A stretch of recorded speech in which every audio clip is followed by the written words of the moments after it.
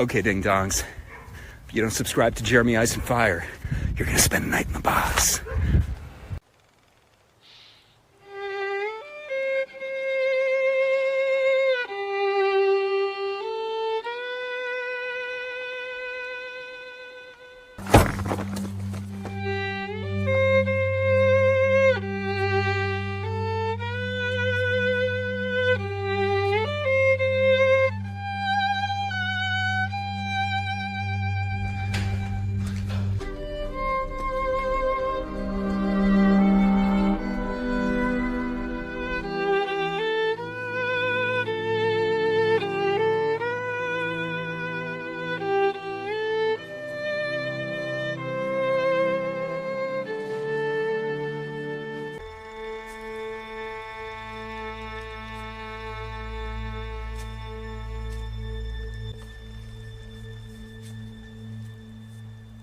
Aren't Cooey.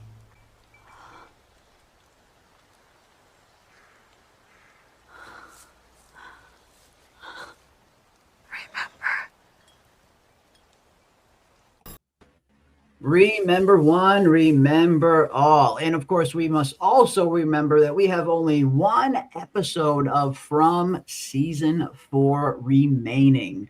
Can't believe it is so. The season finale is just around the corner, just a few days away now, ladies and gentlemen.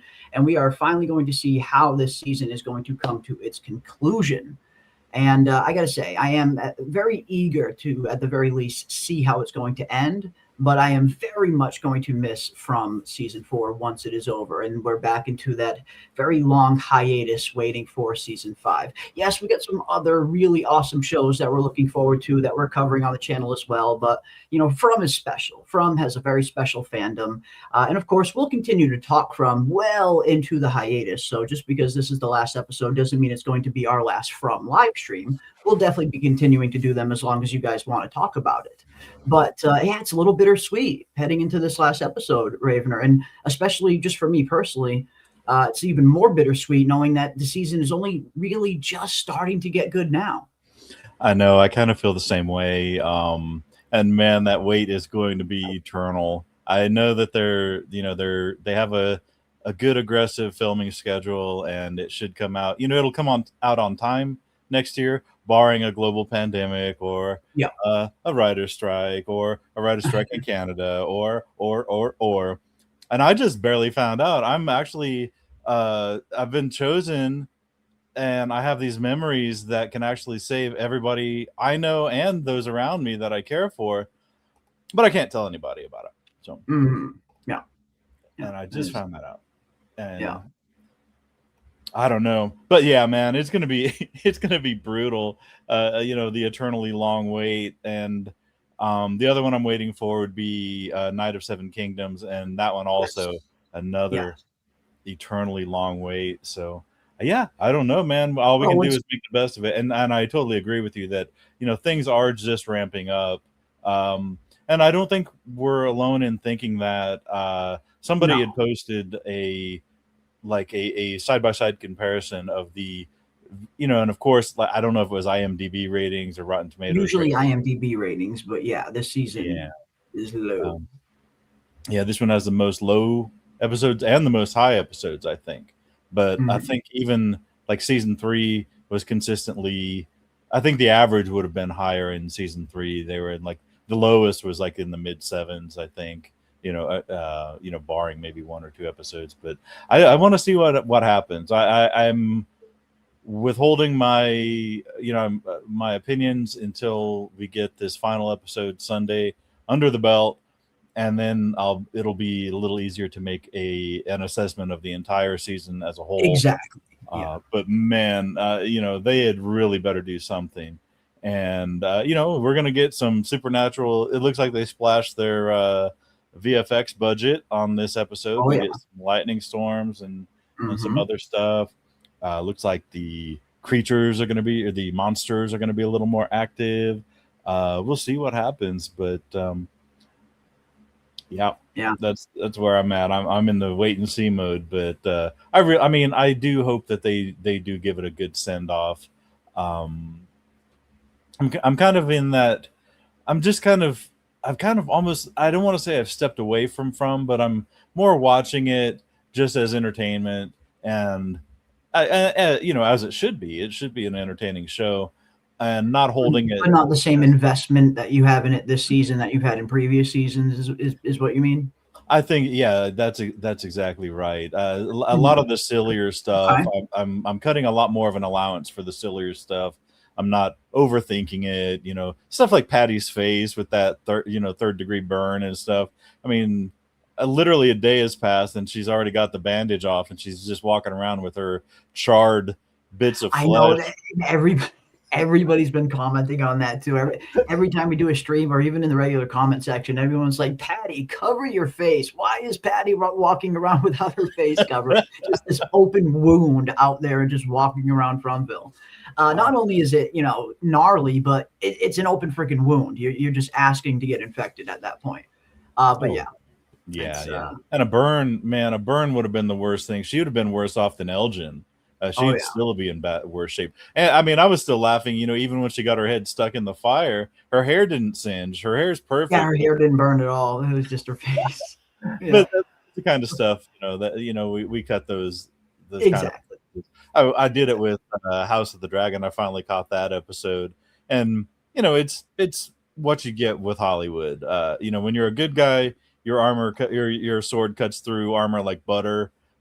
Somebody might have the heaviest plate armor possible, and it's just it's getting punched through like tinfoil. That's how you know if you've got plot armor supersedes actual armor every day of the week. Yeah, so. Every time. There's nothing stronger in a narrative than plot armor. I mean, you can have the thickest plate steel of Valerian armor you could find anywhere, and plot armor is going to pierce through it every single time without fail. Exactly. But yeah, no, it's been, again, I feel like the season is really starting to ramp up now. So I think that is where some of the bittersweet feeling comes. Yeah, that's like, man, it's really starting to get good now, and now it's ending. But yeah, I think I'm of a similar mind in terms of I want to withhold my judgment on the season as a whole until I've actually seen the season as a whole. It's easy to kind of say that there's been kind of some storylines that we haven't really enjoyed, here and there in season 4, and there's nothing wrong with saying that. But in terms of like giving my overall judgment on it as a season, it's like, yeah, you got to at least see the whole season first.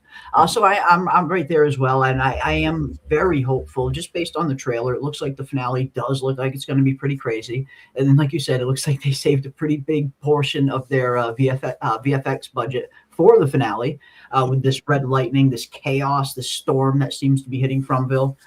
So I do have a very high hope for the finale. Whenever it comes to From, the finales are always usually really, really, really good. Like I can't point to any finale of any season, 1, 2, or 3, and say that was a bad finale. Every season was pretty sad. Every finale was pretty satisfying, at least just for me anyway.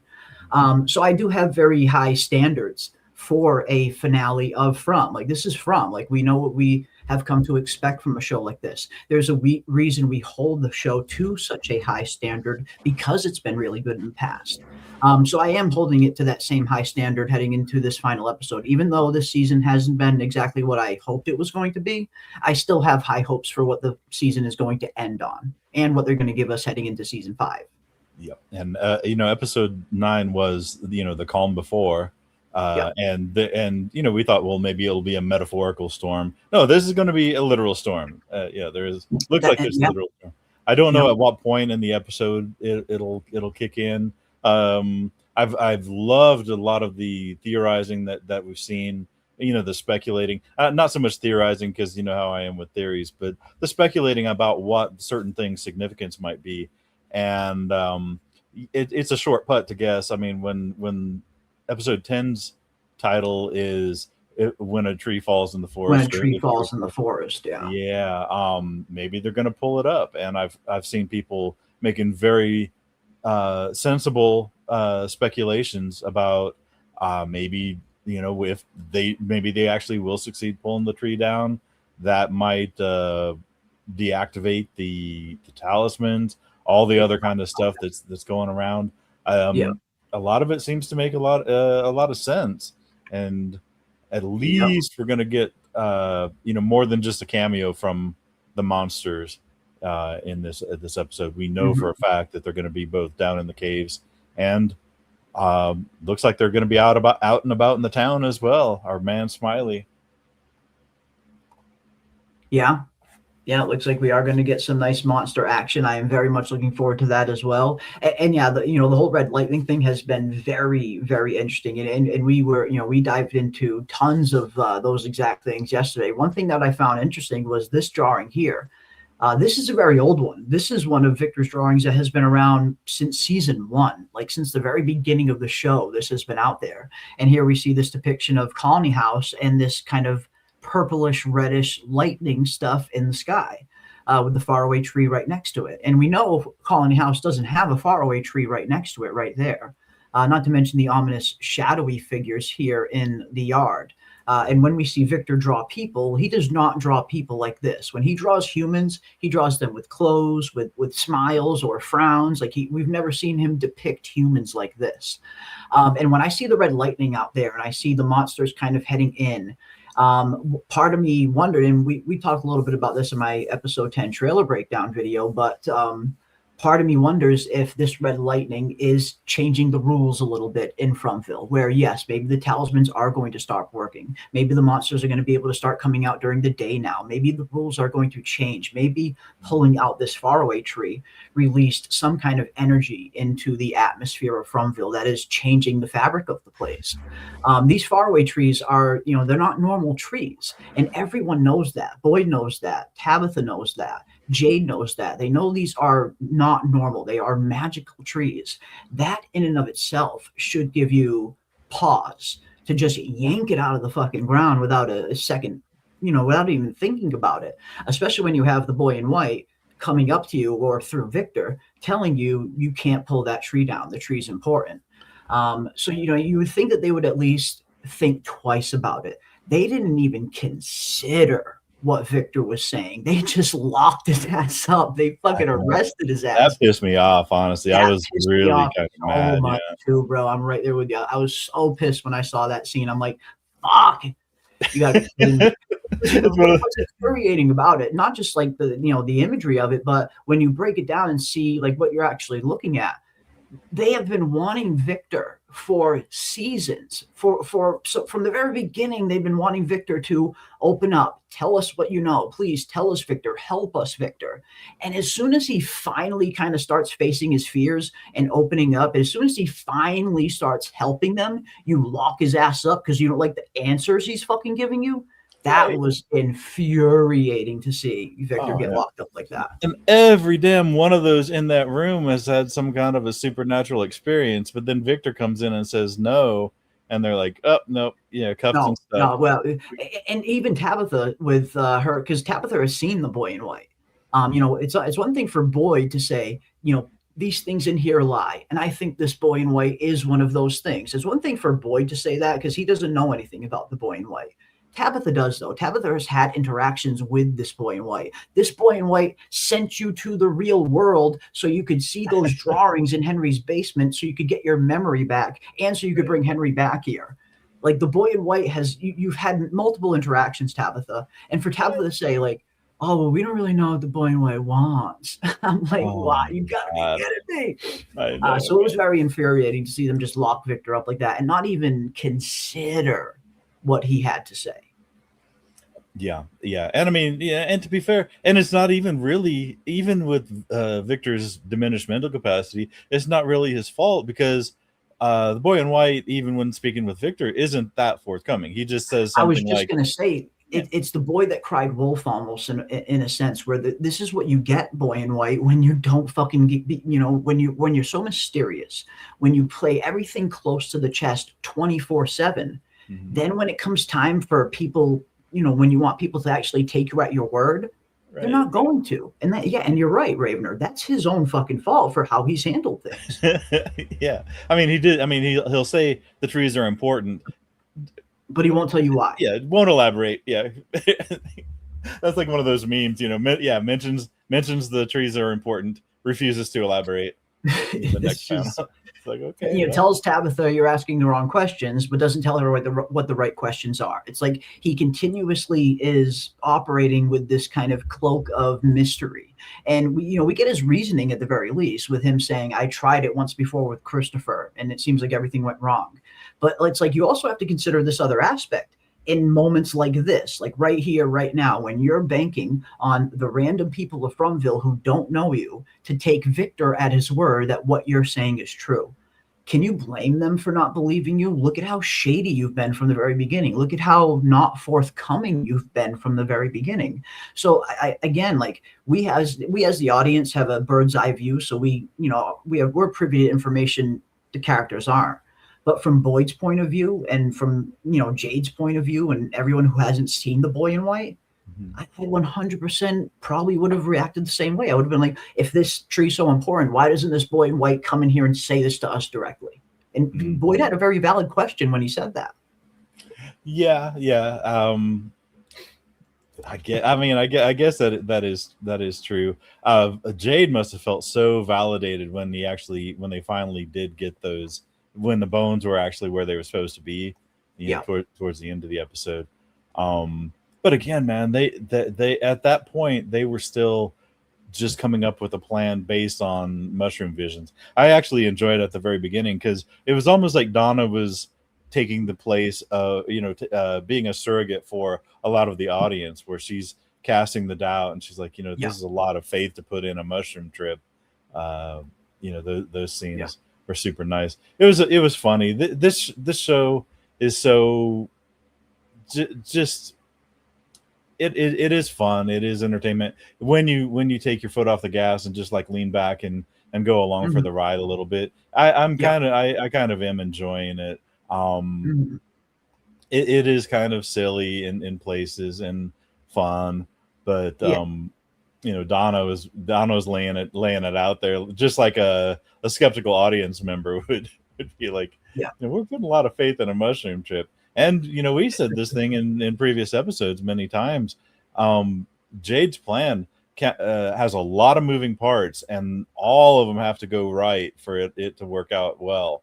And that's what based on the fact that not the least of which is that there's going to be a season 5. I'm just wanting to see how bad things go, and there's a lot of speculation about who exactly is going to die and how many principal characters. We talked about the need for a season 1 character to die, just to really raise the stakes to make it important. I think earlier in the Discord, we were talking just briefly, but we think I speculated that maybe somebody important has to die in this episode, and that's going to be the thing that spurs Julie into story walking again, because she's not just going to be she's not going to be rationalized into doing it. She's definitely black pilled on the idea of story walking, and even through episode 9 she's right now. She's preaching to Tabitha. She's even preaching to Tabitha how pointless her notions about story walking was and all that stuff. I think that definitely something's going to happen. She won't be. I doubt that she'll be story walking in 10. I doubt that they'll have enough screen time to fit that much, if any, of Julie into episode 10 with all the stuff that should be going on. But whatever and whoever dies in episode 10, I think that's it's gonna shake things up in town enough. And I mean, I hope it isn't just I hope it isn't Patty. I hope it is, because I wouldn't care if Patty dies, and that's actually part of the problem. And it needs to be an actual character that has a real story arc, that has a real motivation, that has a real stake in the game, a character that you can build off of their death. That's the thing. Whenever it comes to death scenes on shows, I don't want to see a death scene just to see a death scene. I want to see a death scene that's actually going to serve the story, that's going to serve the narrative, that's going to propel the characters that are remaining forward and give them this newfound motivation as to whatever that death impacts them. You don't want to just kill characters just to kill characters. You want it to have meaning. So yeah, for that to happen, it needs to be an important character. And I think that's why Tian Chen's death was so impactful and Jim's death was so impactful as well, because of how it affected the rest of the characters that were remaining. What it did to Tabitha, what it did to Julie, what it did to Ethan, what it did to the town, what it did to Jade. That's a very impactful death narrative wise. That's what I want to see. And to do that, it needs to be a main, or at least a main secondary character. Yeah. So losing Patty, losing Elgin, losing Clara isn't going to be. It's not going to hit. Yeah. No, I agree 100%. And they can lose all of those with minimal impact to the story, but they need, like we said, it has to be a season 1 person, somebody that we've watched the show with, that we've kind of grown with in the show and seen them go. Donna's right there front and center. We already had her heart attack and Boyd's not pseudo eulogy while she was laying there. Do you think they'd go back to the well again and actually take Donna out for this episode? I don't know. I mean, this is the season finale, and whenever it comes to a season finale, usually you want to touch on every single character and give them a good amount of screen time. But I could see someone like Donna easily going. I feel like she kind of dodged a bullet really there with the heart attack thing. But not only that, we saw that very interesting conversation she had with Tabitha, like an episode before that. When she's telling Tabitha it's time to stop putting yourself in harm's way. If there's anything dangerous that needs to be done, if anyone needs to risk their life, I'll be the one to do it. So I always kind of assume that was very much foreshadowing and setting up Donna's death, saving Tabitha or saving Tabitha's family in some manner. So I could see, if Donna were to die, I think that would be a very, as the chat was saying, it needs to be a worthy death, a death that's worthy of kind of, not only giving the audience that very, real, visceral, emotional response, which you want to elicit, and we always hear that from Jeff Pickner and from the creators of From. When they talk about characters, when they talk about creating television shows, what they like to do most is create characters that the audience falls in love with. And then making the audience watch those characters suffer. That is good storytelling. That is emotional storytelling. When you're so invested into these characters to the point where you see them die and you feel it. It's effective, like the Tian Chen death. So no, I think Donna would fit that mold. I think she would fit that mold perfectly in terms of, fans being devastated. I know not everybody likes Donna, but a pretty good portion of the fandom does like Donna. She's a pretty impactful character. She's a main character, and her death would definitely galvanize a lot of the other characters that are remaining. Like Boyd, I can only imagine how Boyd would react to Donna's death. We saw that really good scene Boyd had just when Donna had the heart attack. Like as soon as everyone gets out of the room, he's like, all right, wake the fuck up. That's fucking great. That was so fucking good. Can you imagine the kind of scene Harold Perrineau would have, or the scene, John Griffin could kind of write, Boyd being at, next to Donna's dead body or something like that, or at a funeral. There's ways where you can pick a certain character to give them a very meaningful death that will enhance the story and give characters very interesting kind of motivations and galvanize them in certain ways going forward. So again, you want it to be an impactful death on that scale. And I think Donna would fit that mold. Yeah, and as you mentioned, it would pay off the foreshadowing that they did just not that long ago in this season, and it would almost be almost flip on the head Boyd's rationale to Kenny about staying topside as a continuity of government type of plan. He wanted Kenny to stay up top to help, to stay with Donna, to keep her, to help her should something go wrong with him, and he wasn't even figuring in the calculus of what if Donna doesn't make it in some way. Then again, I think the whole purpose of keeping the people topside and keeping the people in town, or again, we're talking about, we have to mention Marielle staying in with Fatima at the clinic, all the people being assigned to different positions, not involved in the plan in some way. That is to keep them safe, and there's no calculation for them not being safe in some way. So that'll be interesting. It will be. It will be. And again, the finales have always usually been pretty good, and they always do kind of come with those pretty heavy emotional scenes. And seeing as we haven't really had any major character deaths at all this season, I have to imagine we'll at least get one in the finale, at least one.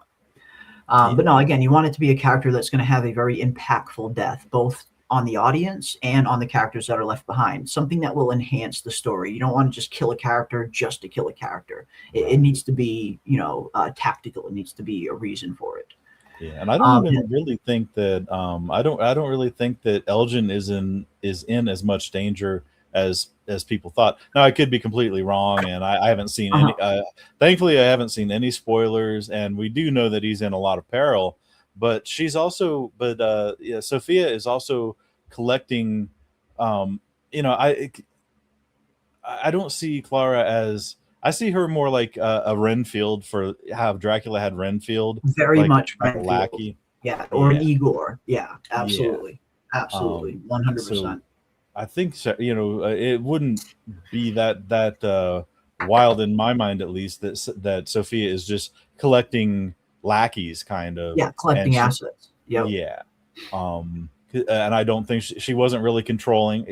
I think they established that after, because we thought, well, maybe Sophia is going to become Clara. I don't think she was at all. I think Clara is still her own person in every way. Yeah, absolutely. But she just Sophia put a little bit of her blood into Clara to taint Clara's blood so that Clara could do the thing that she did within the thermos with Fatima.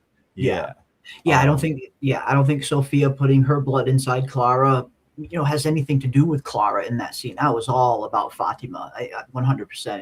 It just didn't seem like, it's like, I don't expect Clara to start having visions and all of that. I mean, she could maybe just as like a natural byproduct of the blood being in her system, perhaps. Mm-hmm. But yeah, when I read that scene, I kind of read that similar as she's only infecting her just so she can infect Fatima. Yeah. And I wonder if Sophia's different magic is different with each individual that she chooses. Like the manifestation of the magic for Sarah will be the voices. The manifestation for Clara is going to be, literally just carrying the tainted blood just long enough to, to enact that thing with Fatima. Again, this was another funny episode with all the interruptions and the way they cut away. Poor Boyd, man, he can't continue a conversation for anything because he was neck deep in that conversation with Kenny and Donna and Jade, and then here comes Christy. It's like, hey Boyd, I need to talk to you. And then a little later in the episode, I mean, they never end a scene just on a cutaway. Once all that needs to be said is said, there's always an interruption that cuts it away, which is making me laugh. And they did the same thing. He was in the middle of a argument with God, and here comes Sarah popping in. Boyd, you're in here. It's like poor Boyd never can finish a thought because it always gets interrupted with somebody needing him to do something. It was pretty interesting. His little interaction with the interaction with Sarah. But again, man, and they are asking questions. They are speaking to each other, asking the questions. What does this mean? Did this work? Did we save Fatima? And like Julie had 2 or 3 questions to, and both Julie and Ethan had questions to Tabitha. And I wish I had $1 for every time somebody said, I don't know. Did we save Fatima? I don't know. Did we, is everything going to be okay? I don't know. Nobody knows. Nobody knows. Nobody knows indeed. Yeah, again, I think, the characters have taken a bit of a step forward this season in terms of like that finally starting to share information, finally starting to work together a little bit. Like we even had, Boyd's little kind of inner circle, as it was referred to in the synopsis at times. So they took a step in the right direction of starting to share information. But I feel like this scene was another a perfect example of, what not to do, with Elgin kind of finding this photo of Sophia and just walking right up to her with it and not having any caution, not playing it a little bit safe and bringing it to Boyd or someone else. And again, I've heard a lot of, decent excuses as to why Elgin would have just brought it right up to Sophia. And I get it. He's a kid, he doesn't think, but again, like, yeah, I don't know. It's something for me I just can't excuse after everything he's been through. It's one thing for someone that is maybe new to Fromville or hasn't been through the things that Elgin has been through here in Fromville. But after he's seen everything, after the manipulation, after the impossibilities that he's seen with his own eyes, and how his own kind of blind faith led him to kidnap Fatima, you'd think he, of all people, would play things a little bit more cautiously, especially knowing that he's searching through these boxes looking for something suspicious. Like, you're looking for anything suspicious about this man in yellow. Yet you find a picture of someone that seems to have been here 30, 40 plus years ago. So again, there's been some good arguments for why Elgin went right up to Sophia. But for me, it's like, you got to play it a little safer than that, knowing what you know, Elgin. So this was another example of sometimes they're really good at sharing information, and sometimes characters make stupid mistakes, like we see here. And again, I don't know what's going to happen with Elgin. I feel like the fandom has been kind of split so far from some of the comments that we've been seeing. Some people think Elgin is going to be a goner here, and some people think that Elgin might just survive this but end up getting used. Will she end up manipulating Elgin, threatening Elgin into doing her bidding? So that's really the only two ways I see it going. She's either going to flat out kill him or manipulate him in some kind of way. Because a lot of people have noticed right at the very end of this scene, the very last thing we see is her grabbing Elgin's arm. And we have seen in the past, Sophia has been capable of giving, characters seizures, heart attacks, and things like that just by touching them. So some people think Elgin's going to be a goner here. And some people think that she's going to end up using him in some way. Yeah. Do you think there's any significance, given how freely MGM put spoilers in their trailers, when she says, now all I got to do is light the match and watch it burn? Do you think she's maybe she's gonna incapacitate Elgin and literally burn down the diner? Who knows? Is that like more of a literal phrase instead of a metaphorical one? Like she's actually gonna light a match and watch it burn? Who knows, man? They Who knows? It wouldn't be outside the realm of what they would do. I think the writers and whatnot. I think it would be certainly interesting. I know exactly why Elgin did that, because look, everybody that he's been friends with, first, he was nice to Sarah, then he kind of got a little turned off by learning that she murdered her brother. Then Julie and him had that nice little moment down in the basement with his magical Polaroid camera and putting on different outfits and stuff. But now Julie's off off in the wilderness getting zooted, as far as we know still. Where did Julie head off to? Oh no, she didn't head off. I noticed Julie's still in town. Last time we saw her, she was outside the house and she kind of just walked off, I think. Okay, so she's still around. I was thinking of that when she stormed away from the table when she's talking to Tabitha and Ethan, but that was just to go grab the talisman. She didn't actually run off. She came back from smoking her little pipe. Julie's she's been kind of out of the game for a little bit. She's took a bit of a hit to her confidence, to her self-esteem, to kind of having any kind of hope that this story walking is going to amount to anything real. But again, I feel like at this point, it's really just a matter of what is going to be the motivation that gets her back into story walking again. Because we all know she's going to. It's just a matter of what's going to get her back in the game at this point. I think it could be a character death maybe in the finale, or the threat of Ethan being left here alone. I think it's got to be something with an emotional tie to her that's going to have to get her in the game. Because like you said, it's not just going to be a pep talk. That's not going to do it. We see where she's at. It's going to have to be something that's going to emotionally elicit that kind of response out of her. Yeah. Do you think that? I don't think Julie and Donna have had enough scenes together to have some like sincere connection necessarily. Not too much. The death of the death of Donna would be the thing, unless it really has a knock-on effect that It could. affect like maybe the death of Donna might affect Ethan to the point where.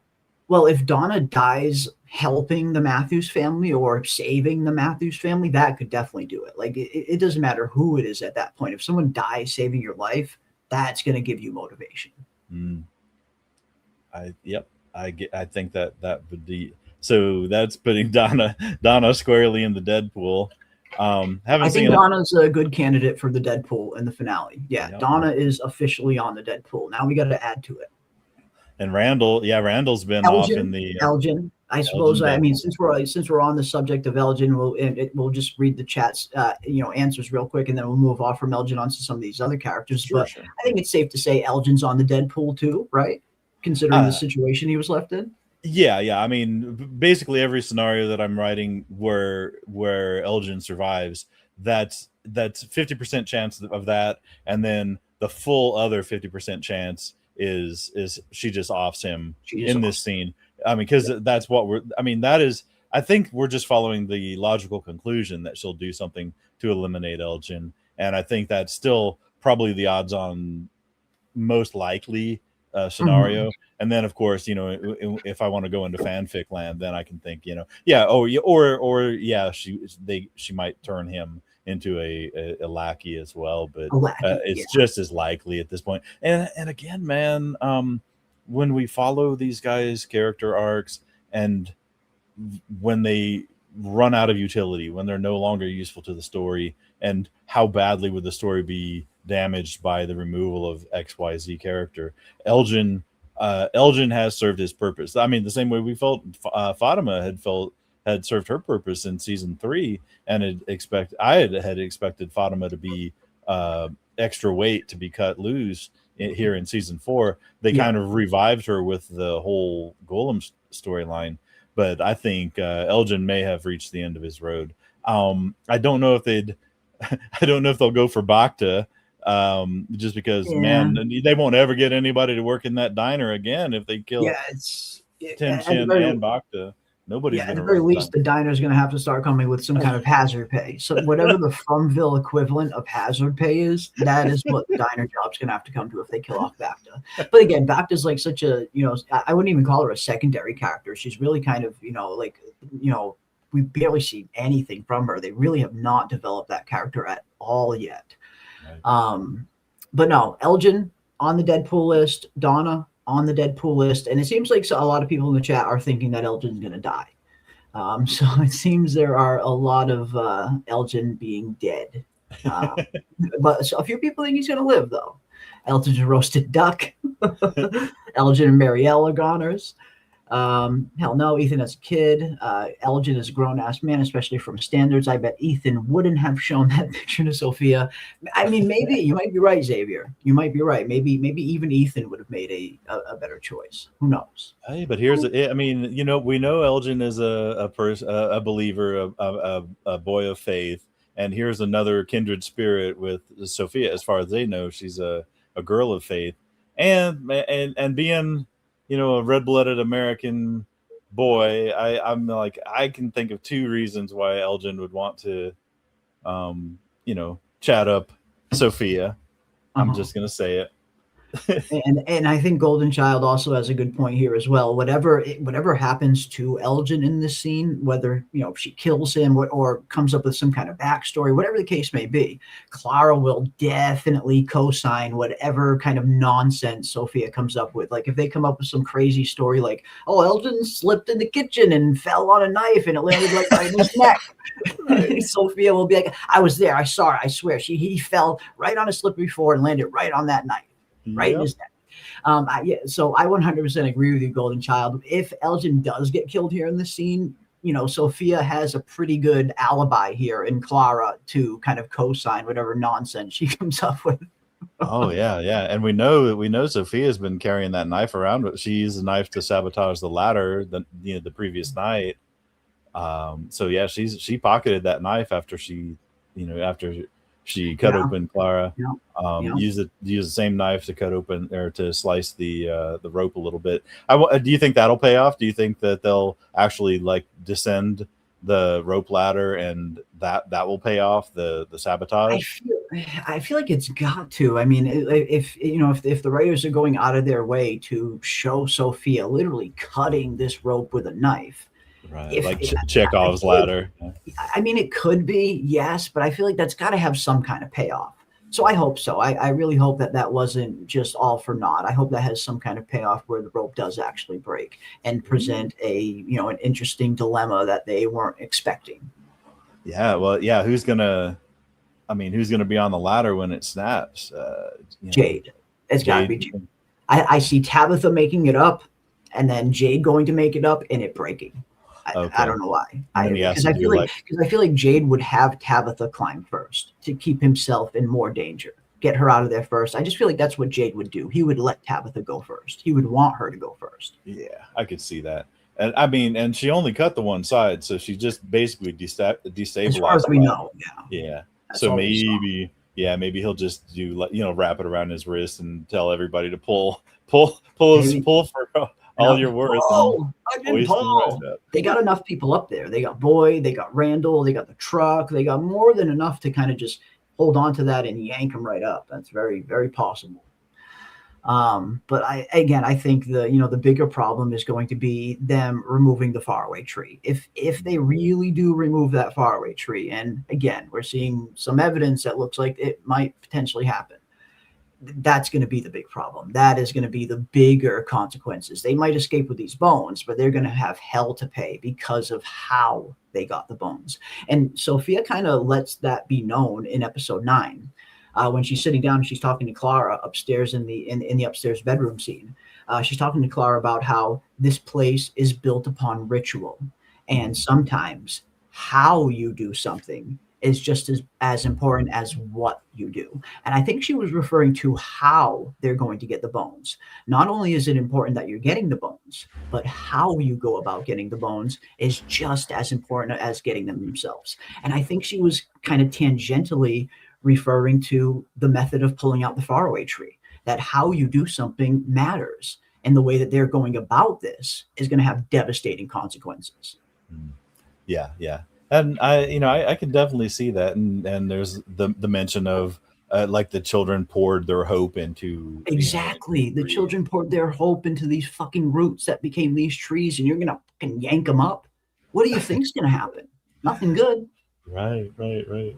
But again, that's putting a lot of faith in visions and stories and reincarnated memories and everything else. So and poor Boyd, man. I mean, he's having to make a plan. I mean, people are coming to him demanding that he come up with a plan. Even fucking Christy, man, dude, you need to do better. It's like, like that's pretty rough. They have to come up with plans to make it work, and even Jade coming up with the seed of a plan, then just dumps the logistics onto Boyd's lap, saying, okay, well, this is what we need to do. You figure out how it's done. That's where you come in. I came up with the plan. You figure out how to do it.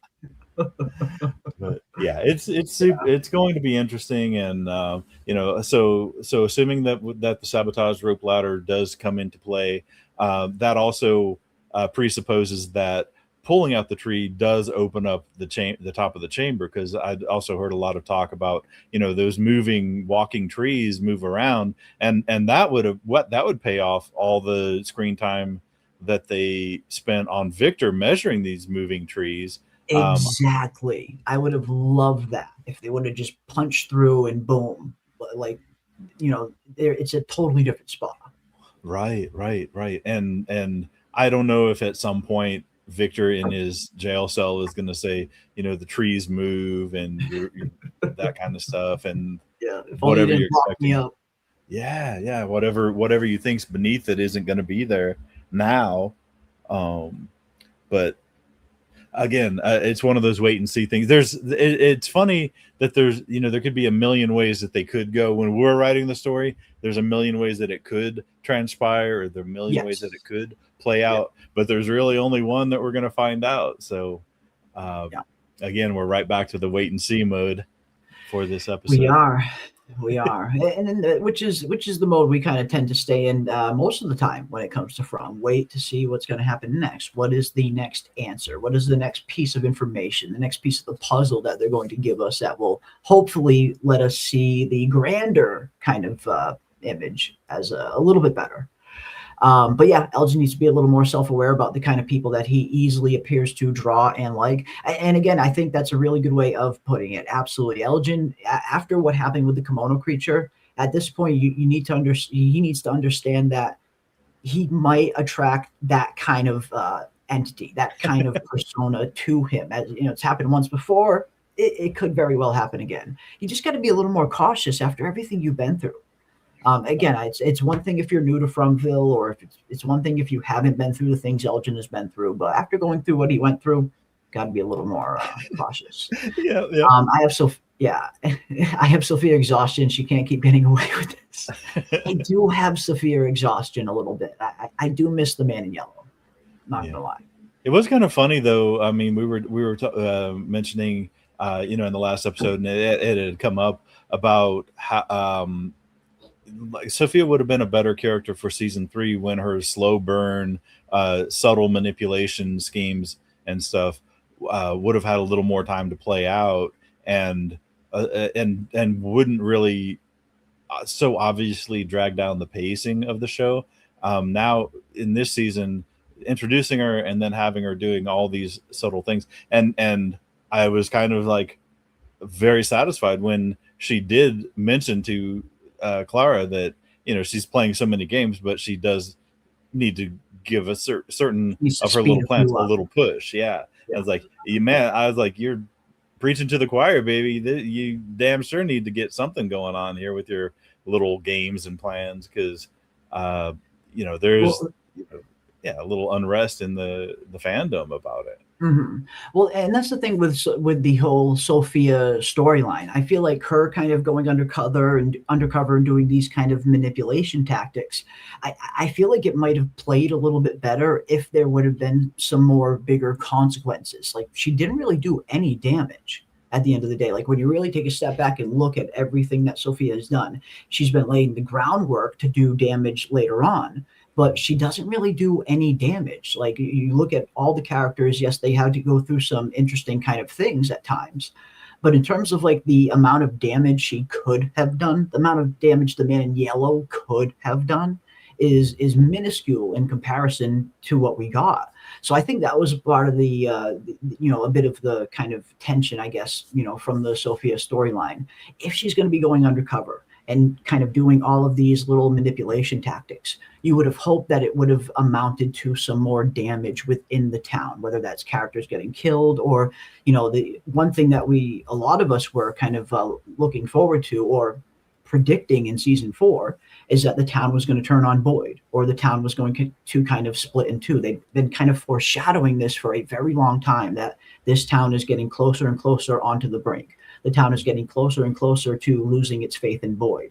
So I feel like there just could have been a little bit of better ways that they could have utilized this manipulation tactic that Sophia is doing, in terms of it having more damage on the town, it having more damage on the morale of the town.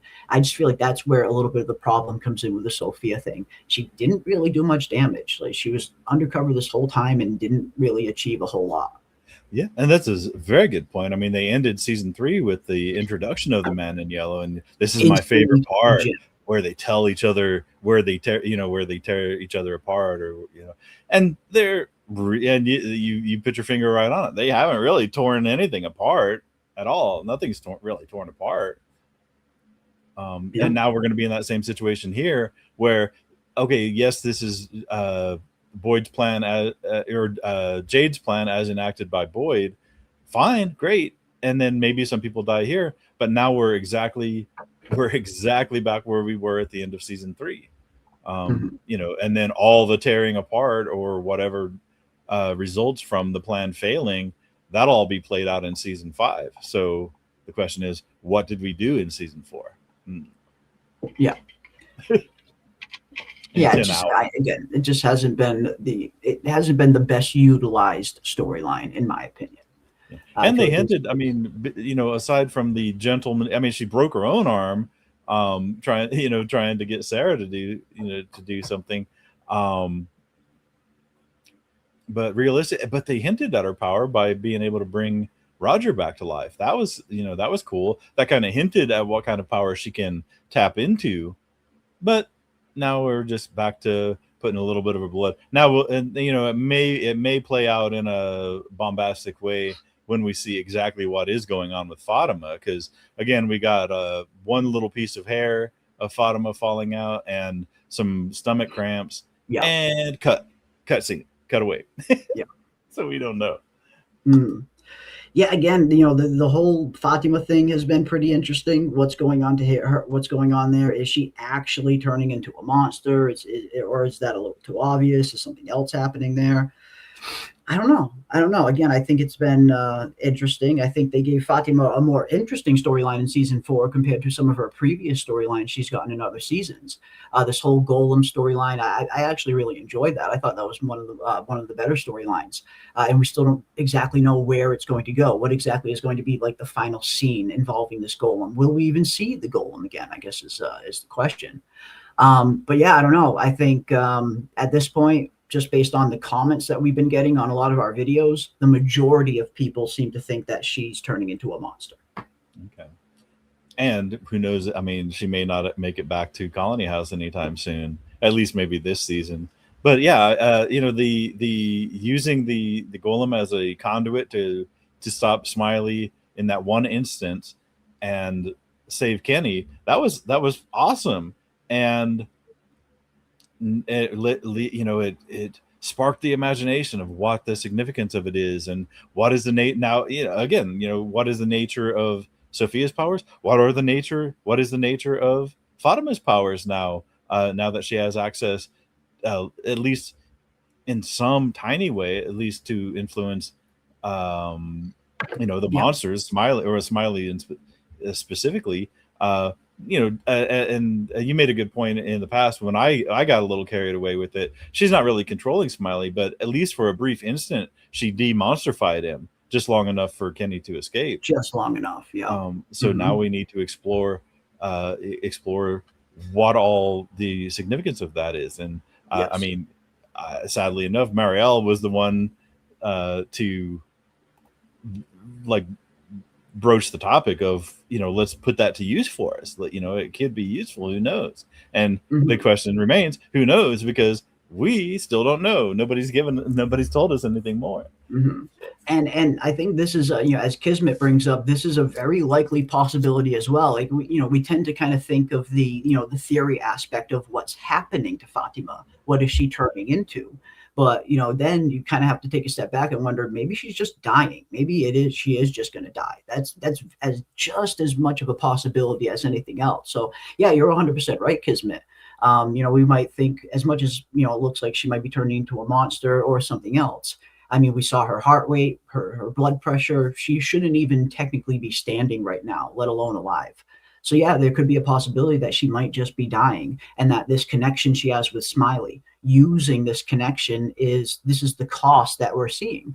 Again, one of the themes that we've seen from season 4, one of the themes that they have been kind of pushing for a lot of the marketing, is knowledge comes with cost. But I don't think that pertains to just knowledge. I think that pertains to a lot of the aspects of some of the abilities that we see in Fromville as well. Like Julie and her story walking, for instance. We know that it doesn't come without a cost. She can't just story walk and kind of walk away and skip down the street. Every time she story walks, she's literally giving herself a seizure. That is going to have a very, negative effect over a long period of time. The more she uses this story walking, the more that part of it is going to eventually start to harm her. So I like the idea of there being a cost to these abilities, that they're not just freely used. And I think that could be what we're seeing with Fatima here a little bit. That this connection she has with Smiley, her using this ability, because we noticed that these veins and this deeper symptoms, none of it appeared until that scene with Kenny, until she forced her way into Smiley's kind of body and stopped him. None of this started until then. I mean, I suppose you could make the argument that it maybe it always would have started. That's definitely possible too. But I feel like maybe what she did prolonged it or sped it up. And now Sophia is kind of speeding it up even more by feeding her blood. So I thought that was a very interesting thing, the way that she used it, the way that she described it as speeding it up, in terms of giving her blood isn't exactly going to do something different to Fatima. It's just going to make what already is happening to Fatima happen even quicker, is kind of how it seemed. Okay, So yeah, I mean, she seems to be going through some kind of transformation. Something is clearly happening to her. But as Kismet brings up, there's also the possibility that she might just die too. Yeah. I mean, it would be certainly pretty, certainly interesting. It would She be is, anticlimactic, but yeah, possible. writhing around and the hair falling out and whatnot. Yeah. Although, man, she has so much hair, I could hardly even tell that hair was falling out. You could barely tell, yeah. But yeah, that would be super weird.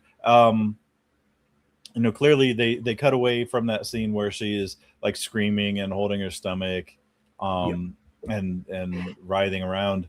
Now, Marielle in the clinic, and at this point they're still in the evening, right? So both Christy and Marielle would be in the clinic. So I imagine that's something that we're going to see early in episode 10, is them responding to what's going on with Fatima, before they even enact any of the daytime planning, I think.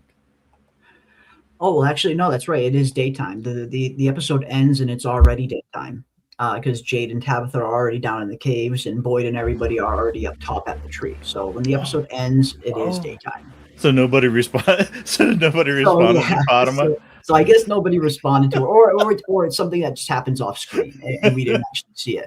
I mean, maybe episode 5 will begin with Christy and Marielle already tending to her. Like maybe they did come to her at night, and it's just a scene that we didn't see, something that happened off screen. But if not, like you said, yeah, she's writhing, and the idea of nobody coming is fucked. And I hope that didn't happen. I really hope that didn't happen for Fatima's sake. Yeah, it's funny that I didn't even really occur to me about this time jump, but yeah, they did kind of just jump forward. I've had that feeling when you have a kidney stone. That's the feeling, and you sit there and you writhe and you try to find a comfortable position, and you cannot find a comfortable position because it doesn't exist. Poor Fatima then. Yeah. And PM brings up something that I was thinking about as well, and I saw someone else make something similar, and I love this idea. PM, the kids are missing hair too. That could be an indication that they were maybe fed Sophia's blood too during the original sacrifice.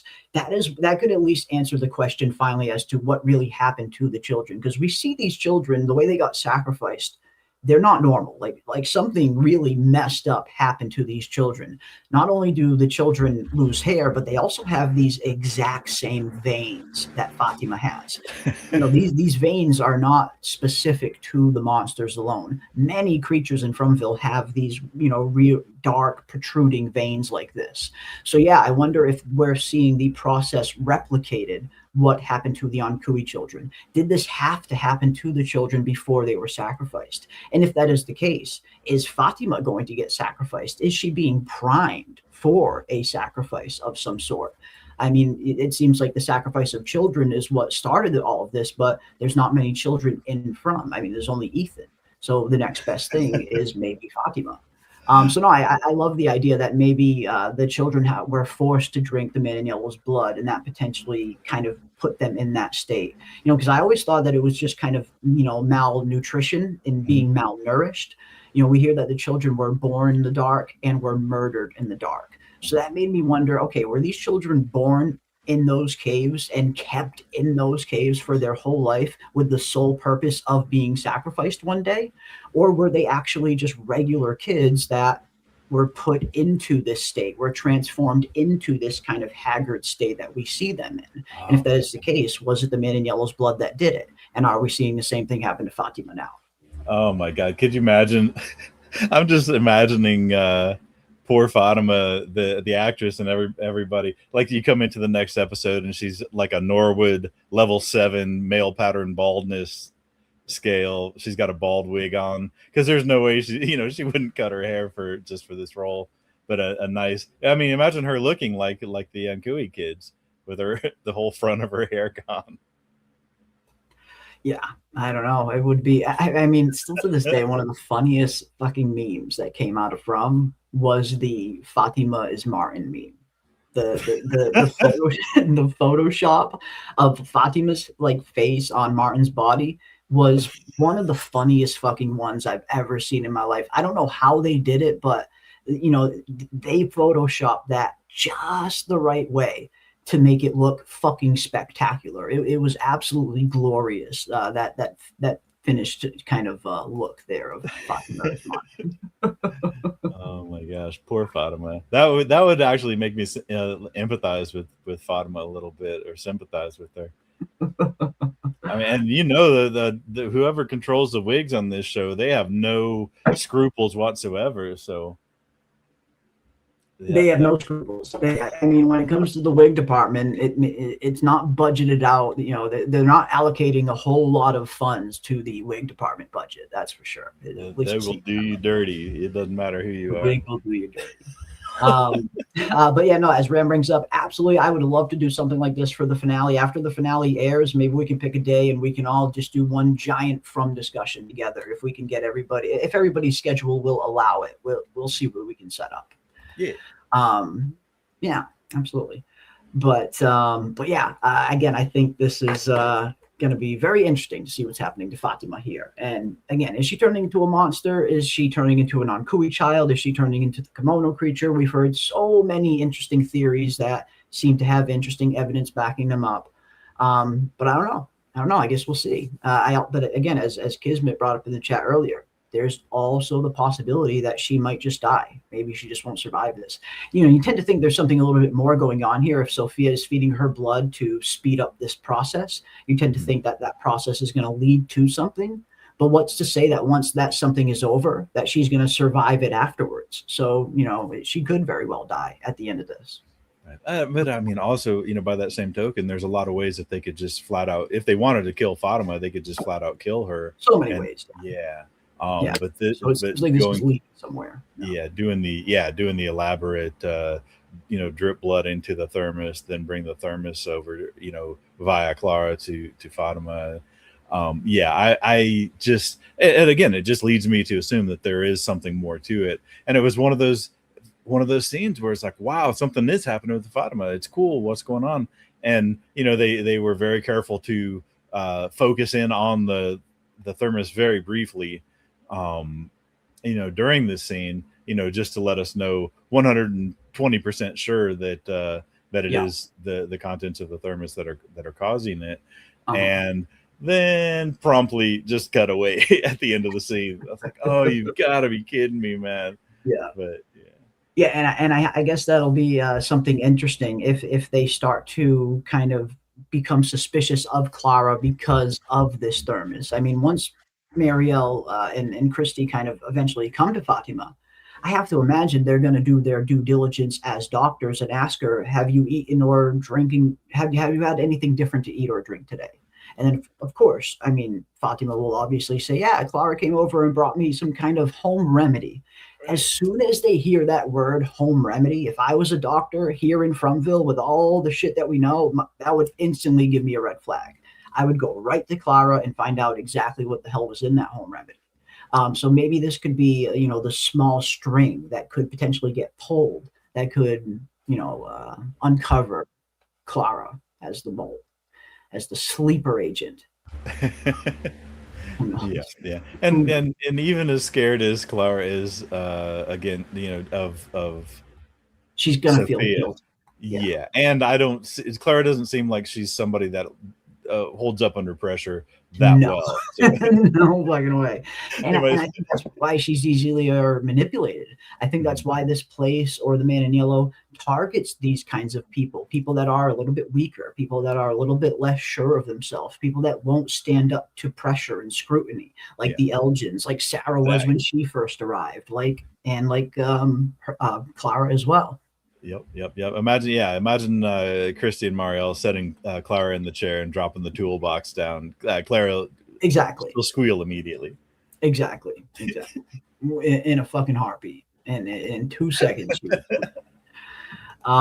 So yeah, hopefully the thermos can be the first step at pointing them to Clara. And if they can finally get to Clara and, like you said, get her, even just question her a little bit, it's not going to take much to get Clara to give up the man in yellow. I know it won't, because I do think Clara's conscience will ultimately kind of win out. Hopefully will ultimately win out in the long run, and she'll feel bad once she sees the physical kind of effect that this is having on Fatima. Right. Knowing that she caused it. So yeah, we shall see. We shall see. But of course, we also have Marielle and Christy. They're kind of at a weird spot right now as well, where they're not like super getting along. They're not super kind of on the same page when it comes to the Fatima and what Marielle wants to do versus what Christy wants to do. But other than that, they haven't had ton to do this season in terms of like their storyline. It's been more of a secondary story. But at this point, I just really want to see Sophia get exposed, and I really hope that the Clara angle can be the unraveling that kind of gets us there. Yeah, and it'll be interesting. It'll be interesting to see, what method they use in the story to make that happen. I was wondering if maybe the maybe the Polaroid that Elgin had in his hand is going to have something to do with it. Even if they do take Elgin out, or is somebody else going to find? Maybe they burn down the diner. Maybe they whatever. But somehow that Polaroid comes back into play. They find it in the ashes. Who knows? Yeah. Who knows? Or do you think the Polaroid is served its narrative purpose to the story? I thought the whole Polaroid thing served its narrative purpose at the end of season 3. Like after the whole Elgin kind of kimono creature storyline was done, and he was, she was using that to communicate with him. I didn't think we would see it again after that. But now that we're seeing it like this, yeah, I wouldn't be surprised if we see it in a similar context again in the future. It seems like it's a very interesting way that Fromville might communicate with people at times. So yeah, I wouldn't be surprised if we see it used again. Chiquita Cyborg says maybe Fatima is being primed to be the bride of the red entity. Oof. Now that would be a very, very horrible wedding for Fatima if that was the case. But who knows what's coming? And again, I think the discussion around, is the man in yellow the real big bad, the main villain, or is there something else coming? Is there something else above the man in yellow? Or is this place, Fromville itself, is this place the actual big bad, the thing that they really need to overcome?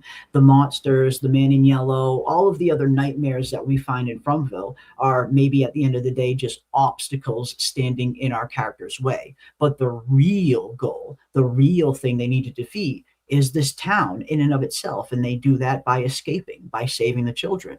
Because it does kind of feel like Fromville has some sort of sentience to it. Like this place is almost alive in a sense. It's birthing people's nightmares. So I get the feeling that I wouldn't be surprised, at the very least, if we find out that the man in yellow isn't going to be the end-all, be-all big bad, and that there's some other challenge that they need to kind of hurdle after he's gone. So who knows? Maybe there is some kind of red entity on the way. Maybe that's what the lightning is indicating. Yeah, it might be like he's almost like a human avatar for it, but Maybe. Yeah, definitely. I think we're kind of seeing that there are different elements, like in service, but again, with Sophia, almost like having to cast spells and tap into a power that kind of indicates that there is a power above. If there might be. If she is, I mean, I don't think. I mean, you don't tap it. You don't have to. If you are that power, you don't have to do certain ritual things to manifest that power. Yeah. Exactly, and that's the thing. We see Sophia and the man in yellow. Yeah, they certainly seem to be powerful, They have, a wide range of different abilities, but they need to use spells. They need to use incantations to access some of these abilities. It's not like they just have this endless amount of innate power inside of them. Like they're these Lovecraftian entity level villains, which we kind of were maybe thinking he might be at the beginning. But that's not to say that there isn't something like that in Fromville, like this red lightning, like whatever might get released if they rip out that faraway tree, for instance. But yeah, no, again, at this point, I wouldn't be surprised if we find out that there's another obstacle that they need to tackle after the Man in Yellow. And Beef Supreme says if the talismans will no longer work, maybe that's because the entity wants everyone in one place. Colony House.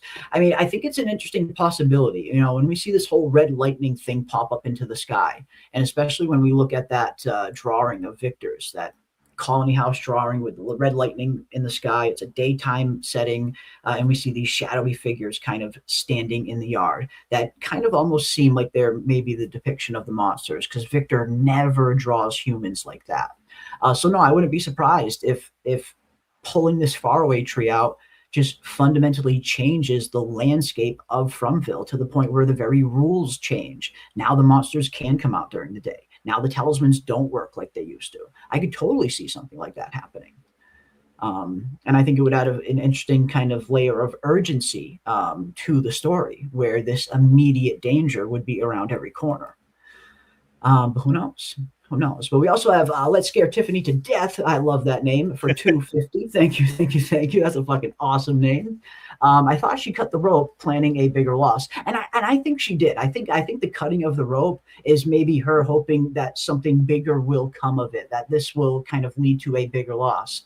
And again, I wouldn't be surprised if it is Jade. Like, I think it's a little early to kill Jade off like this soon. We still got a whole other season to get through, and Jade seems to be a very important kind of central character. But I know we were discussing when we were looking at the episode 10 trailer, how the dialogue that Jade is saying to Tabitha in that trailer, it kind of feels like a goodbye. Like he's almost saying a goodbye, how he's telling her, you need to go on. You need to break the cycle. Your children deserve to live. Not we need to go on. Not we need to break the cycle. So I don't know. I guess part of me wouldn't be too surprised if this rope breaking, leads to Jade being in very real peril. Maybe not dying, but very real peril. Right. And that leads me to think, should the rope break, Tabitha goes up and he remains down there. See, I had always thought that the plan was going to go bad, and Jade was going to get blamed for coming up with the plan, and that's what's going to turn the town against him. What else would turn the town against him is if the rope breaks, Tabitha gets pulled up, whoever's at the top looks down and sees Jade surrounded by these things, and an hour and a half later, Jade comes crawling out of the tunnels, and they're suspicious. How did you survive? Yeah. Exactly. Oh yeah, I could totally see that. Yep. Yeah. So that would be, and what's Jade gonna say? They literally just wouldn't attack me. The bones kept me safe. Is that what he's gonna say? Right. Well, I mean, that's if he even has the bones, unless he gives them to Tabitha and she takes off with them first up the rope. Right. Oh yeah. If that was the whole goal of the whole mission, you'd think they'd bundle that stuff up. And, you're not going to send just Tabitha up there without the bones, right? So if he's stuck down there, he might not have the bones to protect him anymore. That was a lot of bones too. There was a lot of bones down. A lot of bones. I mean, 7 children. That's a lot of bones. That's a lot of bones. 7 different sets of skeletons. And if they got to be if they all got to be up out of there, you got to get every last phalange and everything. Every last little tooth, every last little clavicle bone, every last little anything. You don't want to leave a single finger bone behind, or you're going to be fucked. But no, I think in terms of her cutting the rope, I think Sophia is probably hoping that it will lead to something bigger. So no, I think you're right. Let's Scare Tiffany to Death with the awesome fucking name. Again, I love that name. I think you could be right that Sophia is hoping that this will lead to something devastating for them. She seems to very much be wanting to sabotage them. Absolutely. And thank you so much for the 250. Very, very, very much appreciate that. And I owe you a whoa. Whoa, whoa, whoa. Let's see what else you guys are saying. What are some of your thoughts? What are some of your theories? What are some of your predictions heading into this 10th and final episode? What do you think is going to happen? Will Jade and Tabitha both make it out of those caves with the bones intact, no price to pay whatsoever? Or is Jade going to have to pay some kind of price? Could Jade even potentially not even make it out, or Tabitha for that matter? What exactly do you think is going to happen in the finale with the rest of these storylines? And yeah, Clara is a traitor, selfish and a ding dong, at least negative. At least negotiate everyone leaving in exchange for one. This is very true. At the very least, Clara could have said, okay, well, you got to get everybody else out with me. It can't just be me. She didn't even say that. She's not concerned with anybody but herself. And PM pointed this out the other night. Clara is like going above and beyond to be a traitor now, because we find out that the plan gets switched, or Clara finds out that the plan gets switched, and all of a sudden it's only Jade and only Tabitha going down into the caves.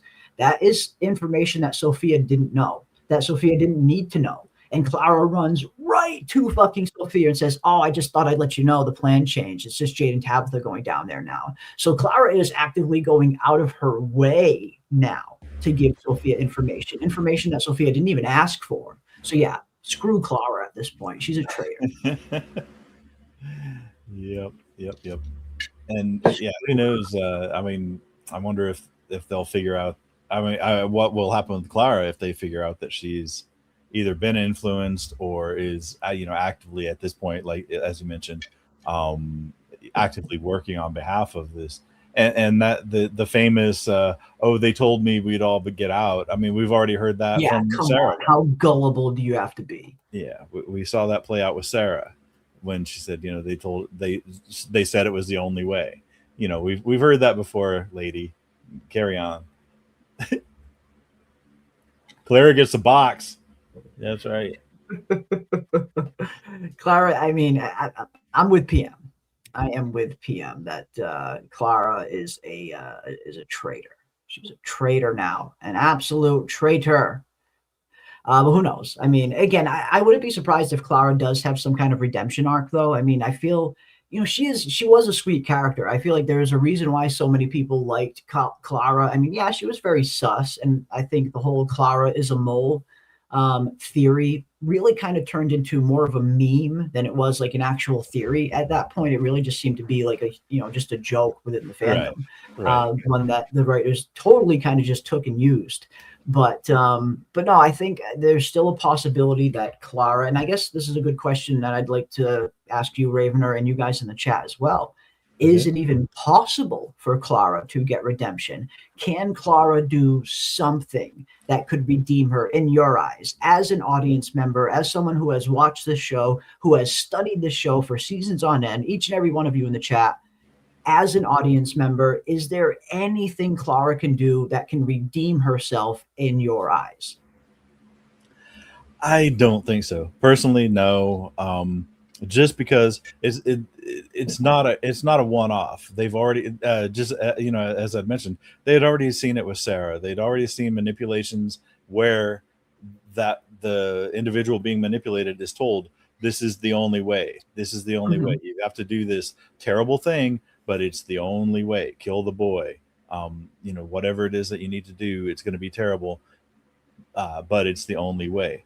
And we've been through it. You can't go to the well that many times. And with Clara, and I have a feeling, because she's way more in direct. I mean, obviously she's in direct physical contact with the avatar of the big bad, if not the actual big bad. I think that once her utility is over, she's going to be discarded. So I don't even think the town will have to render judgment on her. I don't think she's going to get that far. I think as soon as there's a hint that she's outlived her usefulness. Yeah, as soon as there's a hint that she might not, and that might be somebody else in town saying that they're suspicious of Clara. That'll be all Sophia needs to. That's it. Put that knife to work again. Yeah.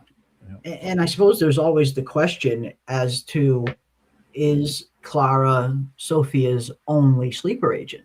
I mean, if the man in yellow has been kind of making these bargains with people or likes to make bargains, I suppose at the very least, it begs to ask the question: is this the only character she has made a bargain with? Could there already be other people in Fromville that have already made a similar bargain with this man in yellow? And maybe that's why she can discard Clara so easily, because she's got another one waiting to kind of get activated. Clara was the only person out of this whole town. Clara was the only person that the man in yellow approached to make a bargain. I find that I don't know. Maybe that is the case. Maybe it is only Clara. Yeah, but and I guess I wouldn't be surprised if there were more. I guess. Yeah, and I mean, and Clara was exactly as she appeared all the way through 4 seasons. She was actually that quirky character that would pop up at inopportune moments, or just like open the door to interrupt the scene, and that's how she became a meme. She was, I mean, she might have been like as a sleeper agent, she was fully sleeping right up until she got activated. So she probably was exactly as she appeared on the surface, another townsperson, another somebody willing to do laundry, to go carry turnips from Cannibal Village, or to fully take part in the lifestyle of whatever they were doing, the community, with the caveat that she could be called upon at any moment to do a do a favor when Sophia decides, or the man in yellow decides to call in that favor. So she probably absolutely was, just that innocuous, sweet, lady that popped up in a funny way from time to time. But once they get rid of her, you're exactly right. Who knows how many other sleeper agents or moles or whatnot. Now the only thing that we have to go on is how many characters do we actually know the names of, because it would be pretty cheap to do another Roger where you don't even know what this person's name is right up until they actually become important to the story. I guess what would be a good indication of that is if we start seeing random background characters all of a sudden start getting more screen time. Like, let's say, chick with the burnt face. Right. Yeah. Patty. Yeah. Patty. It would have to have some kind of lead into it. It couldn't just be some random NPC that just pops up out of nowhere. So there would have to be some kind of lead into it. Like Paula and Reggie, Exactly. Something like that. There was no impact. You give them 1 or 2 scenes to differentiate them as from just regular background extra to actually secondary character with real dialogue, and all of a sudden that's a real character now, not just an NPC. So that's really what you would have to do. But let's see what the chat is saying in terms of what did you guys think? Is there any type of way that you think, as an audience member, as a fan of From, is there any way that Clara can redeem herself in your eyes? We got a lot of Clara gets the box. The box for Clara. Maybe. Let's see. Clara will put the monsters in a food. Oh, man. Rough, guys. Rough. Absolutely rough. Cutting the rope is how the fates cut the thread in Greek mythology. Very true. Very interesting kind of symbolism there, Damocles. Absolutely. Yeah, good call there. Very good call. Clara is evil. Nope. No redemption for Clara.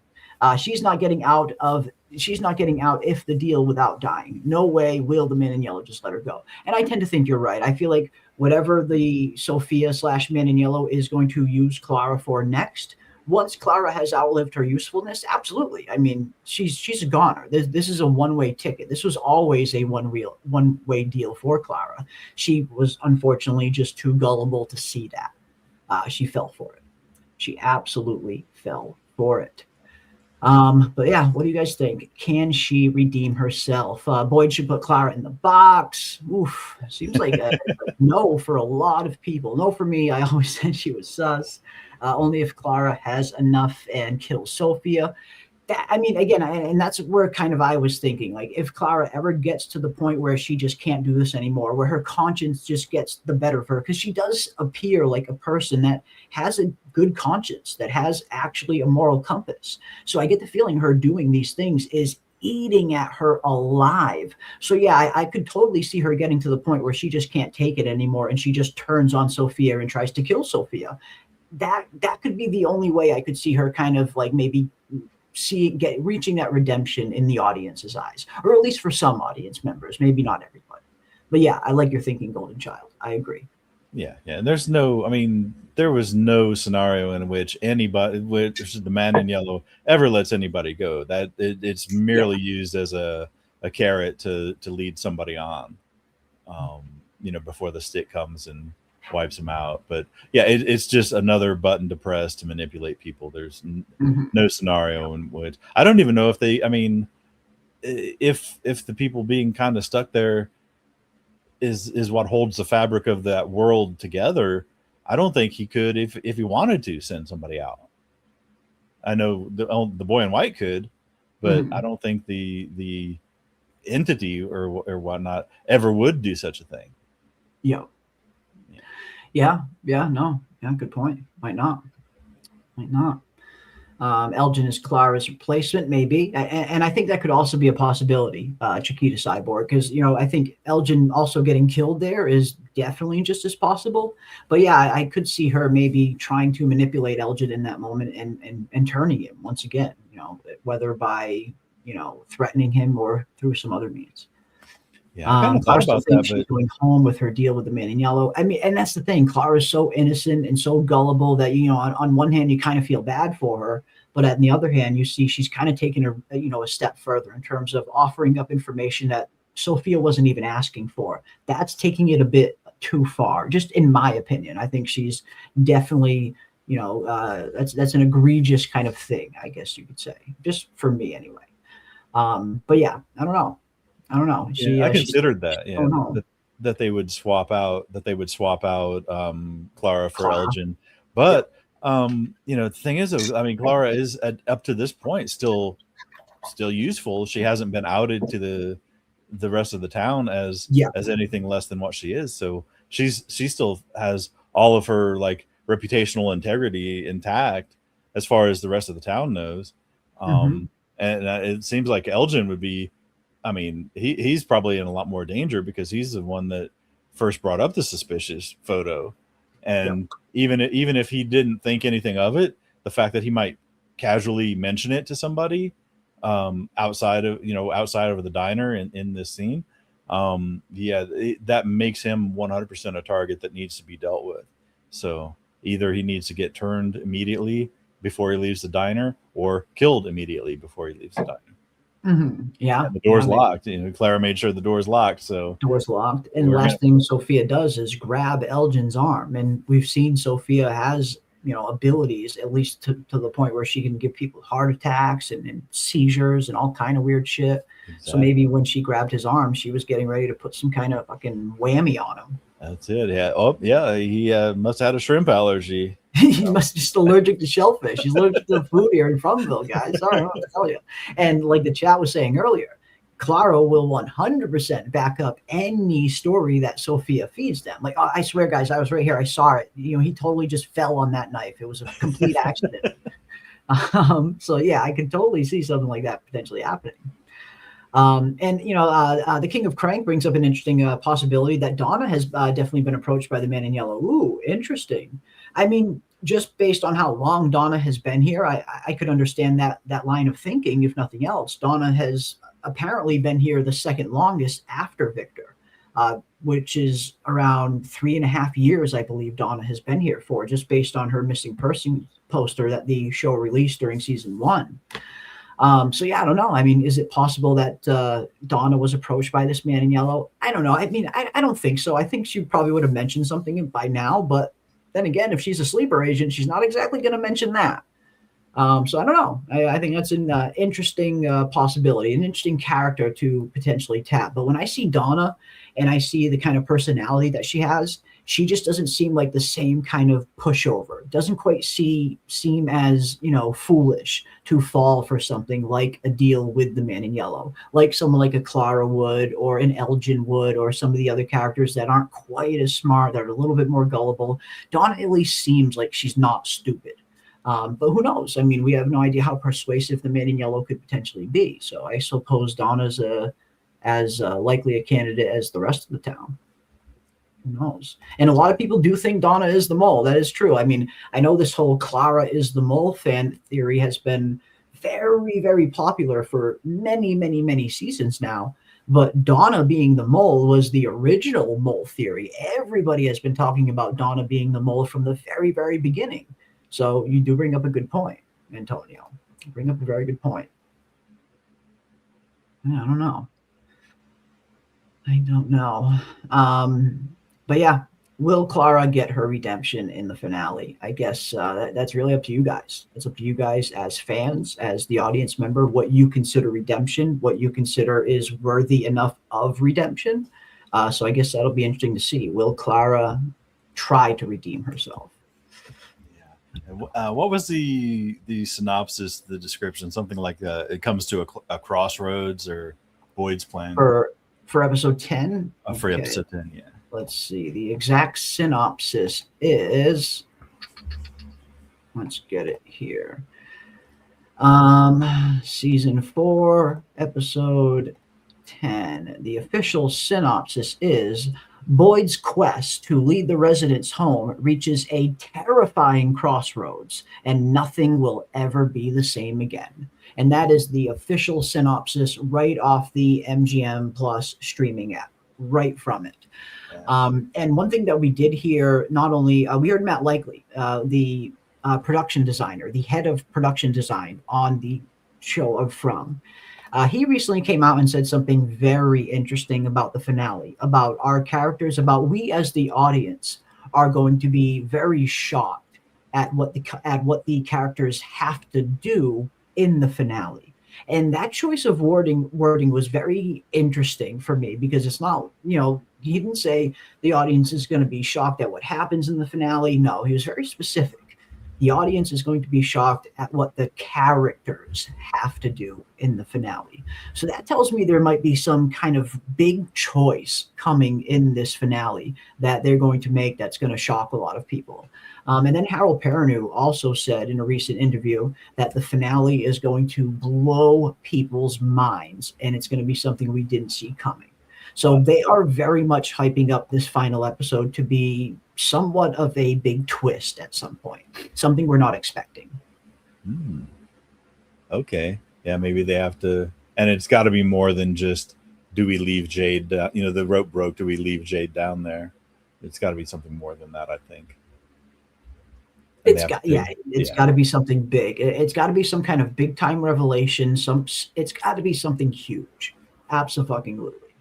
But yeah, there it is. Episode 10, If a Tree Falls in the Forest. Boyd's quest to lead the residents home reaches a terrifying crossroads, and nothing will ever be the same again. So yeah, again, they are hyping it up. They're very, very much hyping up this finale to be epic.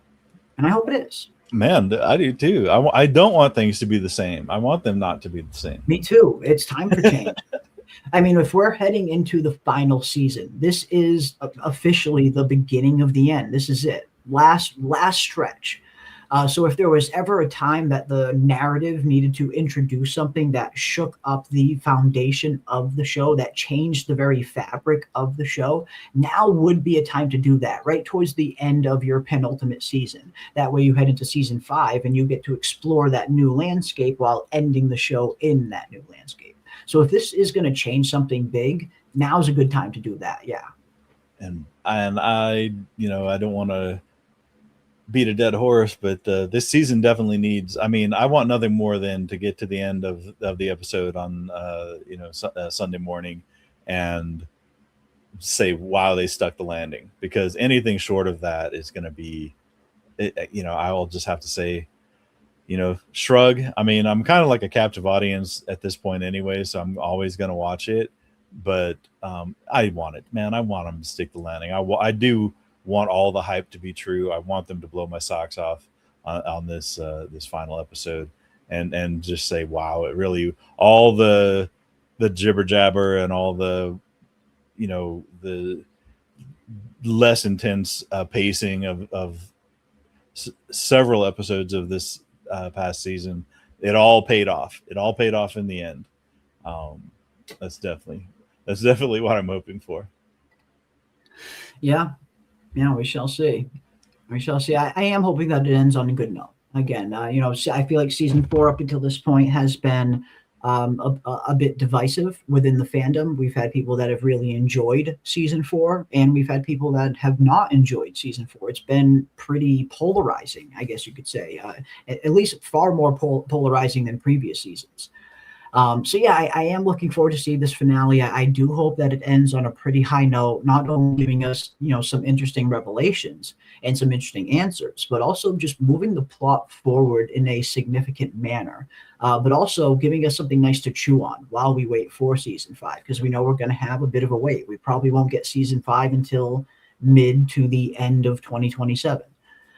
So yeah, I'm hoping that this finale is going to be everything that they're hyping it up to be. And again, when you look at the history of From, usually their season premiere and their season finales are always good. I can't think of a season episode, a single episode 1 or a single episode 10 that has ever been bad when it comes to From. So they always kind of tend to nail the beginning and stick the landing. So I'm hoping they do the same thing here. Yeah, and that's a very good point. They always have been, their premieres and their finales always have been solid. I can't remember anyone that we've complained about or said that it left anything. Last season we had the Man in Yellow take Jim out, and that was left your jaw dropped. And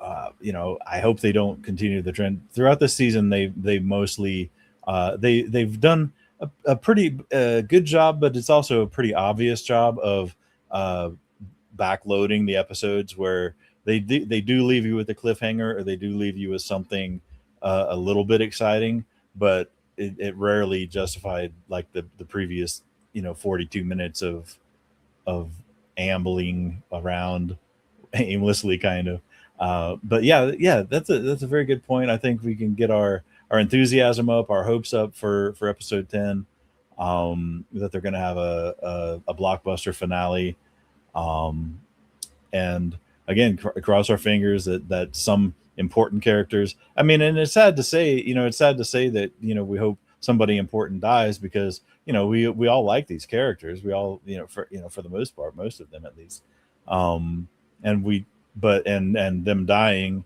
in most cases, at least, other than a few isolated cameos throughout the season, dead is dead, most of the time. So yeah, it'll be interesting to see who they pick to take out, who won't be making it to season 5, and again, how they weave it all together, how they frame it all, how they tell this story. Clearly they know what they're doing. I mean, I'm assuming that they know what they're doing.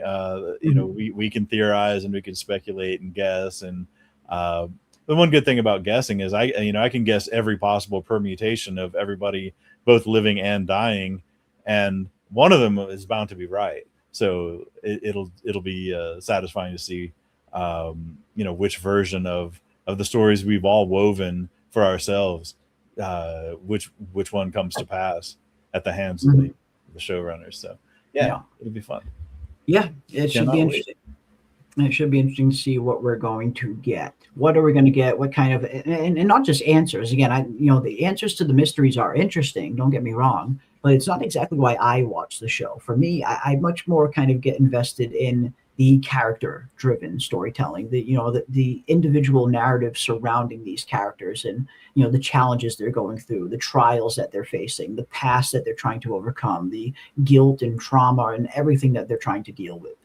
So I like the mystery. The mystery is fun, and getting these relevant answers definitely helps propel the plot forward.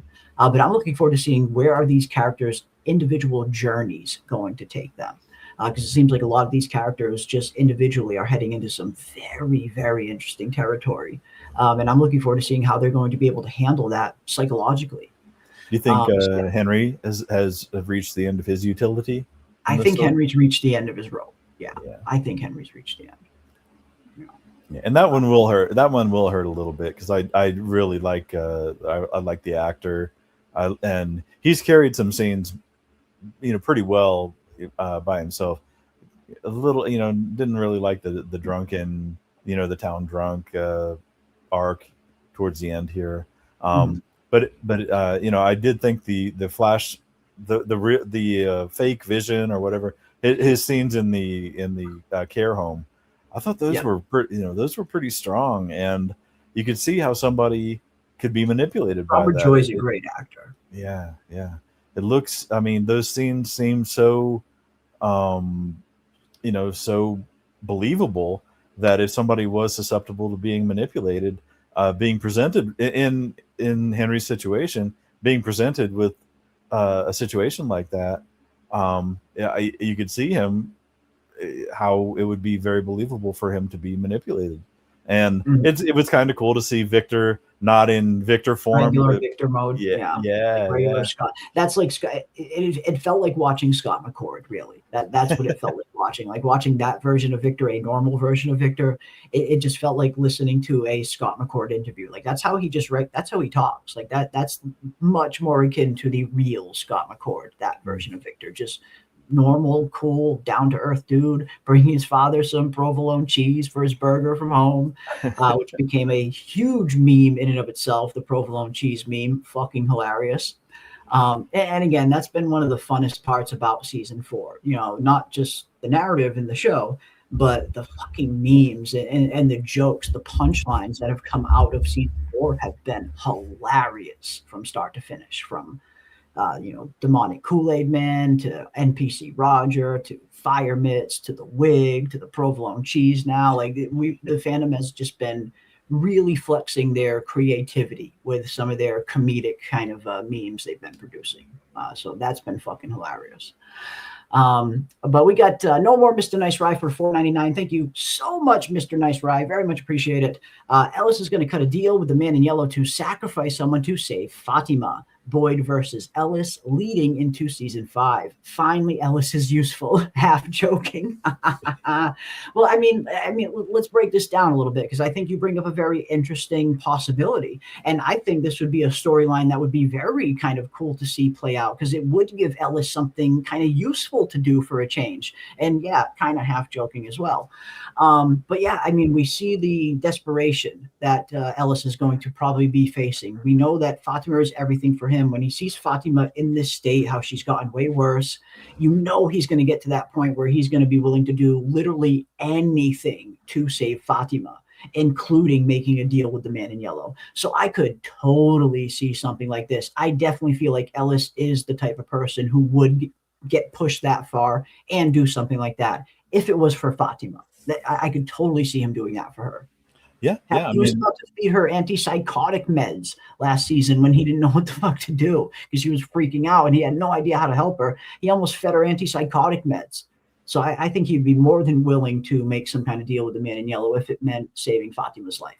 Yeah, and that would be 100% consistent with how the showrunners operate too. Yeah, I mean, 100%. They put these people in desperate situations and then have the man in yellow or at one point we just called it have Fromville like provide them an answer, but a genuine devil's bargain. And that would also be recalling some of the almost like throwaway scenes that we've had with Ellis and Fatima, where he talks about I can't do this without you. I don't want to. Yeah, I don't want to. It would be fitting. Yeah. No, I like it. I like this. I think this is a super interesting theory here and a super interesting idea that I almost kind of want to see it come through. I almost want to see this happen.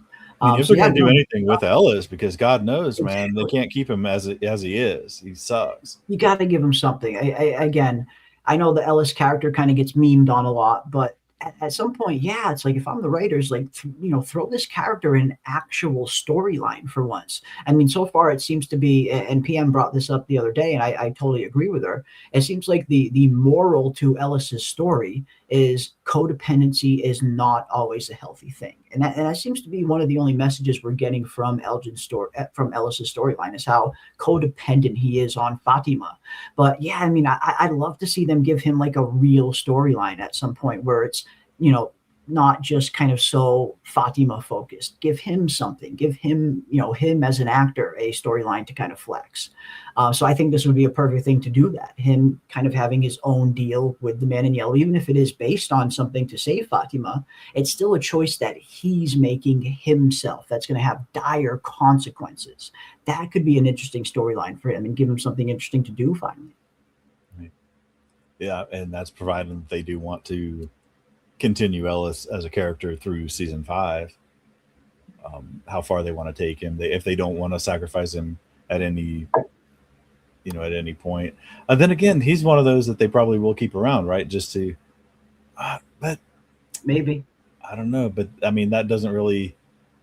So how are we going to reconcile that with Boyd dying heroically towards the end of season 5? Will Boyd, sacrifice himself or in one way or another do something that gets himself killed to get Ellis back to the real world? I mean, Boyd is flat out saying that in his everyone. Save the whole town. I get that. That's kind of how I always envision Boyd doing it. If Boyd is going to die at the end, if he's going to die saving everybody, it's going to be saving everybody. Yeah. And I mean, but even sacrificing himself, and he'll have to have that discussion with Ellis. You're gonna have to be a big boy. You're gonna have to put your big boy pants you're on the now. Man in the house now. You're going back to the real world, and you're going to be by yourself. So, yeah, interesting. Yeah, it'll be But that's so far. I can't even begin to predict what's going to happen. I can't predict what's going to happen in the episode 2 days from now, much less season 5. Yeah. Absolutely. But no, again, in terms of Ellis cutting some kind of deal with the Man in Yellow, as No More Mr. Nice Guy brings up, I like it. I think that's an interesting storyline. I think it would give Ellis something kind of unique to do, apart from just the same old kind of story arc that he gets every season. Give him something to do. Give him some scenes where he can kind of flex his creativity and show us what he's capable as an actor. So no, I would love that for his character. Absolutely. And thank you so much for the $4.99. No more Mr. Nice Rye. Very valid question. Yeah, valid. Absolutely. Theory. And I owe you a whoa. Whoa. And we also have Cassandra 9562 with $5 super chat. Thank you so much, Cassandra. But I don't see a message or a chat attached. So if there's anything in particular that you want to dive into, that you want us to talk about, a theory, anything at all, please let us know in the chat, and we will definitely dive into. We always like to, anyone that sends in a super chat, we always at least want to ask them, what is something specific you want us to dive into? So if you have anything like that, Cassandra, please let us know in the chat, and we will dive head first into it and discuss it at length. Thank you so much for the 5. Very, very, very, very, very much appreciate that.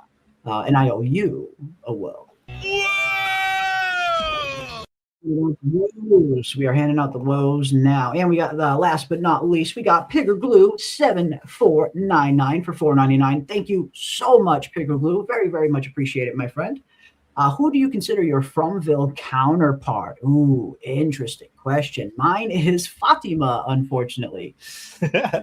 Okay, man. And chat, you guys already know the drill. You know the deal. We want to hear your answer in the chat as well. When you guys look at Fromville, when you look at this entire cast of characters, which one do you think best fits your counterpart? Who is your Fromville counterpart? Yeah, not who you aspire to be, but who you actually would be. That's going to be the hard one. That's tough. That's tough. A tough question. I mean, does anything spring to mind for you, Ravener, when you read this question? Oh, fuck, man. I mean, again, like I would want to be Kenny, but I would probably more like be, and I don't want to be like a troll and say Reggie, or Dale. I hope not. No. My Fromville counterpart. I'd be the mustache guy. Oh God, no! I hope not. No way. No way. God, I hope not. No, that is not a counterpart you want to aspire to be. No, I'm trying. I'm having trouble even thinking because I would like to think that I'm wonderful and special, but I probably would just be random NPC number 7. I would have been Roger before Roger had a name, just the guy that you load up with turnips and I walk back and forth. Okay. That would be me probably. Interesting. I know it's not too exciting. Yeah, but no, hey, it is what it is, right? It's a tough question. It's definitely not an easy question. But let's see what the chat is saying. Who is your Fromville counterpart? Makita says Boyd is my TV husband. Chiquita Cyborg says Father Cautry. Ooh, interesting. Very interesting. Good for you. Very nice. Ram says Donna. Okay, we got a Donna one. Awesome. Katrina Marie says, as much as I want to say Jade, I unfortunately know I am Marielle. Hey, well, there's nothing wrong with being honest with yourself, right? I mean, it's like Ravener said, it's not, I guess, who we want to aspire to be. Who are we actually? And sometimes it's hard to kind of take a deep look inside oneself and see who you really are. It's not easy. It's not very much not easy for people. Let's Scare Tiffany to Death has Sarah. Awesome. Love it. Blue says Donna. Chiquita Cyborg says Jade. Not Dale says Bigger Glue.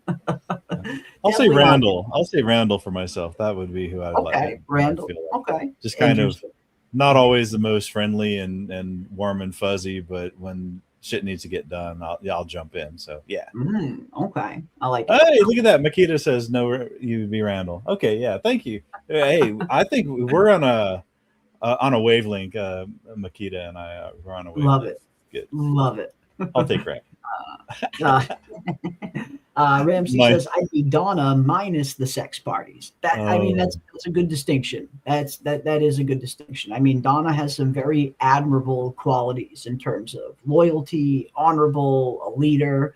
But yeah, the sex parties, not quite for me. Not quite for me either.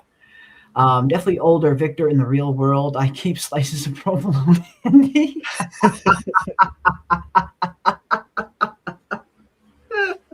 Yep, nothing like a lukewarm slice of provolone that you've been carrying around. That you've just been carrying around in your pocket. Poof, right on the burger as you massage the bun into place. Oh, fuck. Oh, man. You guys are great. Donna, Tilly, or Boyd. I think I'd probably be more like Donna. Ooh, interesting. And again, maybe a mix of 2 or 3 characters, different personalities might kind of be an amalgamation of that. I could totally see that being me a little bit as well. Maybe 1 or 2 different characters combined, maybe. Absolutely. I would be Dale, just annoyed by everyone, Lucky Lestat says. I mean, when it comes to Dale and the annoyed aspect of it, I have to imagine there's not a human on Earth that can't relate to that, at least at some point in their life. Who hasn't been around someone that they're just like super fucking annoyed with? I mean, that's just part of daily life. That's part of being an adult at the end of the day. So I think there's a little part of almost every human that could maybe relate to that. They're just fucking being annoyed at everyone around you. Love it. Beth says Bhakta. And again, Bhakta seems very honorable, seems very noble, seems very caring, kind of stepped up to the plate and decided to be the next one that is going to feed the entire town, not getting paid for it. She gets nothing out of this other than service. So no, I think Bhakta has shown she has a pretty good moral compass. Yep, definitely. Yeah. That's a good one to be. Yep. Isaiah. Yeah. Isaiah also says Randall as well. And again, I think Randall gets knocked sometimes because some of the more bonehead moves that he's made. But Randall also has that honorable quality to him as well, that even that heroic quality to him as well, to the point where whenever anybody needs help, Randall's usually one of the first people to raise his hand and offer help. Yes, he'll also kind of go on a tangent and kidnap Donna and tie her to a tree too, but he'll also help as well. So I feel like, you get both worlds when it comes to Randall, but Randall does have admirable qualities at the end of the day, all jokes aside. Yep. Yeah, absolutely. Yeah. And not entirely averse to conspiracy theories, like he was plotting with Jim. Yeah, like you mentioned, like hey, maybe there's got to be a mole in here somewhere. Yeah, he did think there was a mole. At the end of the day, Randall was right. This is true. But yeah, love it. From 5555 says, would love to be Kenny, but he is out of luck in town. Definitely Jade. Yeah, again, I think Kenny also has some very, very admirable qualities. I think I would be similar to Kenny just in terms of like temperament and personality, similar to Kenny, but we also very much deviate in a lot of ways as well. But no, I think aspiring to be someone like Kenny is certainly not a bad thing. That's for sure. Oh, the granny monster for sure says no more Mr. Nice Rye. Oof, I love it. I love it. I mean, if anyone's going to be, a spirit avatar, if we had to pick one monster, I guess that's the next question we'll ask everybody in the chat. Not what character is your counterpart, but if you had to pick one monster that was your spirit animal, your spirit monster, which monster would it be? The granny monster for no more Mr. Nice Ride. That's a really cowboy. It'd have to be cowboy. 100%. Cowboy. Hey, hell yeah, I like it. Yep, I like it. Cowboy for you. I would probably go cowboy too. I mean, I just something about cowboy. He would be my Fromville monster spirit animal. I think it would be cowboy. Although I don't know. I mean, the granny monster is a really good one. You got Smiley out there. You got some of these other, good monsters. The creepy nurse monster from season 2. He was super creepy. Milkman, yoke mechanic. The milkman, the yoke mechanic. There's a lot of good ones to choose from. That's for sure. Yep. Cheerleader. Yeah, for sure.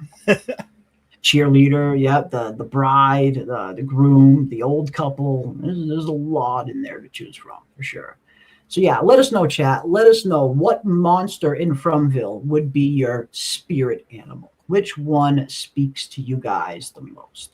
I love Swing Coat Lady. Swing Coat Lady's pretty interesting as well. Again, that's one thing I've always loved about From, and I think that's one thing that a lot of fans have been noticing about season 4.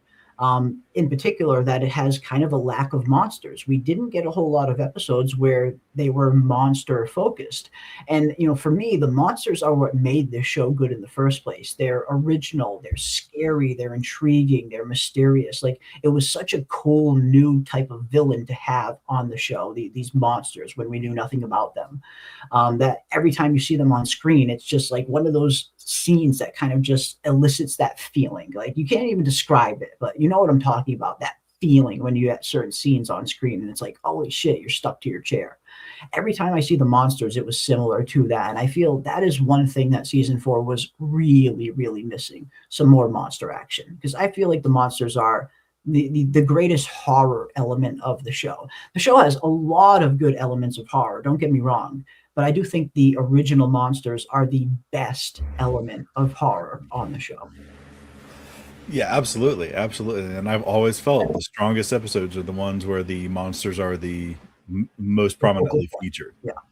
No, I 100% agree. They're just so intriguing. They're so interesting, and they're fun. They're super fun to watch in action.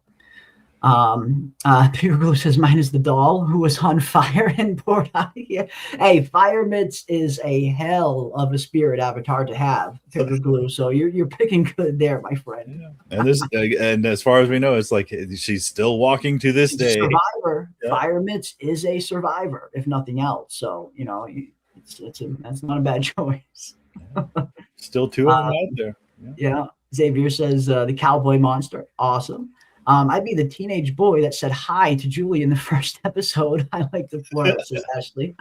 Yeah, the one of the original early monsters, one of the first monsters we actually see on the show, right there on the Colony House porch. Hey, Julie, you recognize me?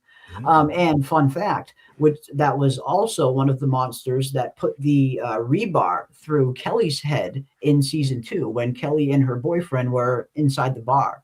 And the monsters knock on the door just after the bus arrives at the beginning of season 2.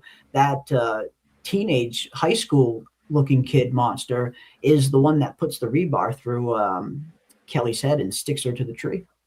Ah, okay. And the first one that we saw get shot, so we know that the bullets don't work. Yeah, very true. Very true.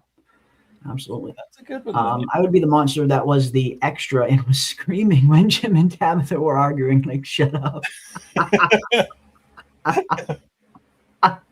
That's a good deep dive. That's a good one. That's a good one. That's a good callback. Good That's memory. a good callback right there. I like it. I like it. Clear off not even on the screen, just Not even on screen. Just fucking shut the fuck up. oh my goodness. Oh shit. Smiley all the way, says Random Traveler. Ooh, interesting. Yeah. Again, Smiley is he's super iconic.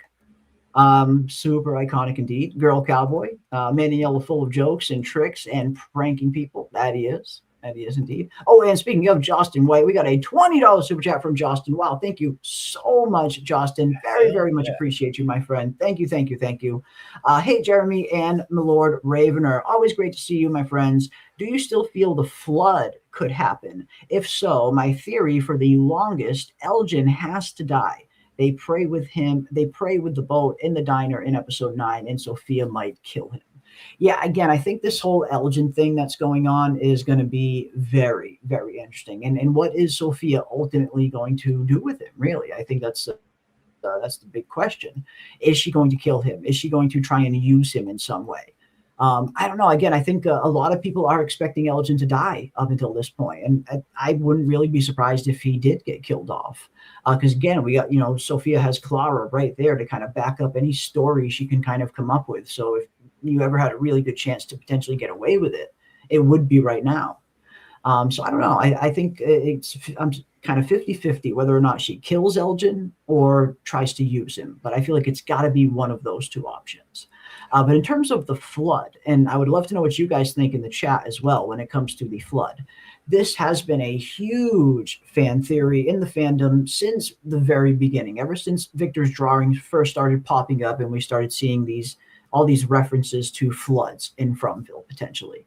I don't know. Again, I part of me wonders if the flood isn't an actual literal flood that is going to happen a lot. Part of me wonders that some of these things might just be more symbolic or metaphors for something that does devastation like a flood.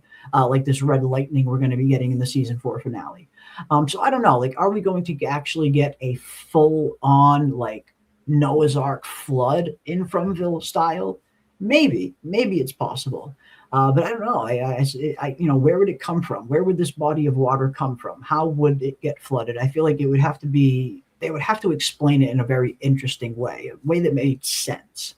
So I don't know. I tend to think we're not going to get a flood, but anything's possible. There has been foreshadowing for it. Yeah. I mean, even as early as when Tabitha was down in the caves with Victor right after the Matthews house, after the collapse, it was like, where's all this water coming from? And then that again, it was almost abandoned and never mentioned again.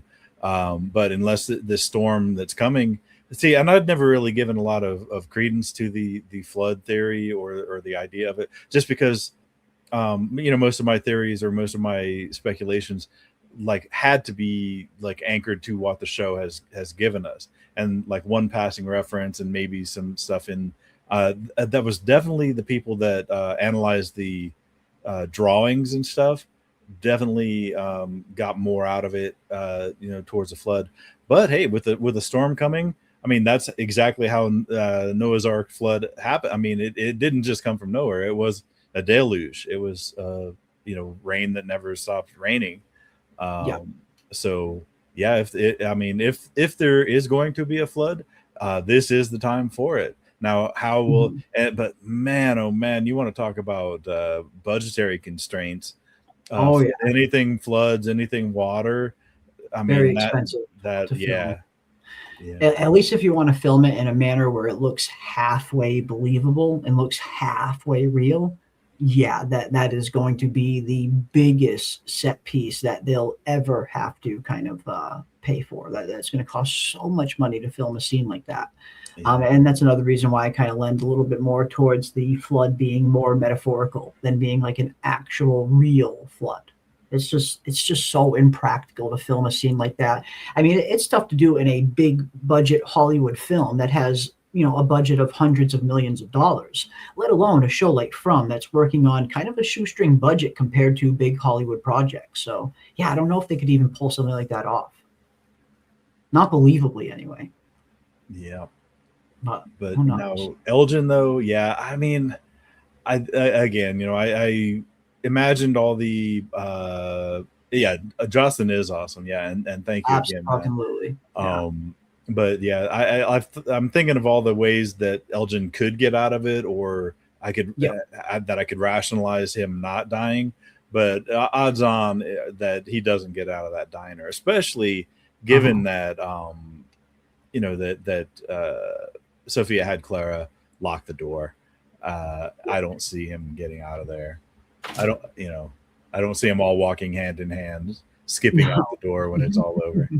No, I don't see Sophia taking Elgin in the back and singing Kumbaya and then walking out, hands aloft. It just does not seem to be in the cards for sure. Yeah. But let us know what you guys think as well. Do you think that the flood is still a possibility? And if so, do you think it's going to be an actual real flood? Or is the flood maybe metaphorical for something else? Like Random Traveler brings up, I still think the flood is the real Lake of Tears. Now, that's an interesting possibility. Again, we've been wondering what's going on with this whole Lake of Tears storyline. Are we going to find the Lake of Tears? Is the Lake of Tears an actual lake? Or is that also a metaphor for something else as well? So, yeah, a lot of questions there. But maybe if there is going to be some kind of flood, could they tie it into the Lake of Tears storyline? Absolutely. Absolutely. Wherever the lighthouse is. And I think if you're going to do a flood, this would probably at least make the most sense, right? So I like your thinking in terms of maybe explaining, giving us some kind of reason as to why this lighthouse is in the middle of the forest at the top of the mountain as well. It's not just in the middle of the forest on the ground. Like if you look at that shot at the end of season 1, when you see that lighthouse, it's built towards the tip of that mountain. So it's not just random out there. They have it at a very high elevation. And maybe that's for a reason. Maybe it is there to withstand something like a flood. So no, I like your thinking. Do the X. Oh, okay. Yeah. And that will be a flood so deep that it fills up like the entire landscape. Yeah. So that you're going to need something of high elevation I get the feeling you're not just going to be able to hop on the roof of a house. I mean, maybe Colony House, depending on how big the flood is, but we're talking like a legit fucking flood. That lighthouse might be your best option.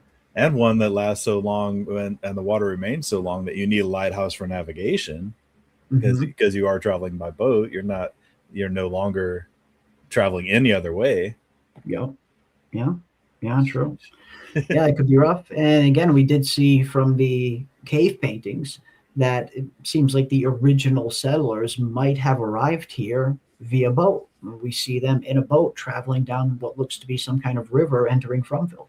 So maybe there was water here at one point. Maybe this place was surrounded by water at one point. Maybe accessing it through boat was an option. I don't know. Who knows? Yeah. I definitely think there will be a flood, and maybe that's how they will escape in a boat. Maybe. Again, a lot of people have been seeing the foreshadowing for the floods, the boats, and all of it. And maybe they were throwing all of that in for a reason because they plan on bringing it to fruition at some point. That's very possible. The flood of memories that overcome the monsters, leading them to turn on the real big bad that's controlling them. Okay, that's interesting. And again, I would not mind seeing something like this happen in terms of the flood, quote unquote, being referring to something like this exactly, a metaphorical flood, a symbolic flood of memories or something along those lines. Could totally see that happening. And I think that would be a little bit more interesting than seeing like an actual literal flood in Fromville. I mean, that could be cool. But again, the logistics of filming something like that would be so difficult for a show of their budget that I just don't imagine a scene like that would look very well in its finished form, CGI wise. But who knows? Not on this show. I mean, I think the monster transformation is about as ambitious as I want them to get, and maybe this lightning storm coming up. And the lightning storm, yeah. I mean, it'll be interesting to see the lightning storm and how it looks for sure.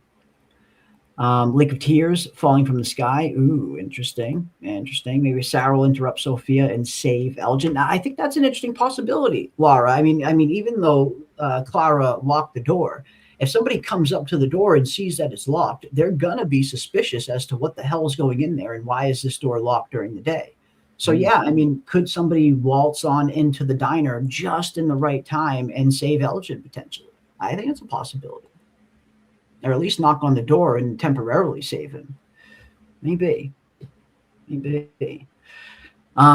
yeah, I don't know, folks. We got one episode left. I can't believe it, but we are approaching the final episode of season 4.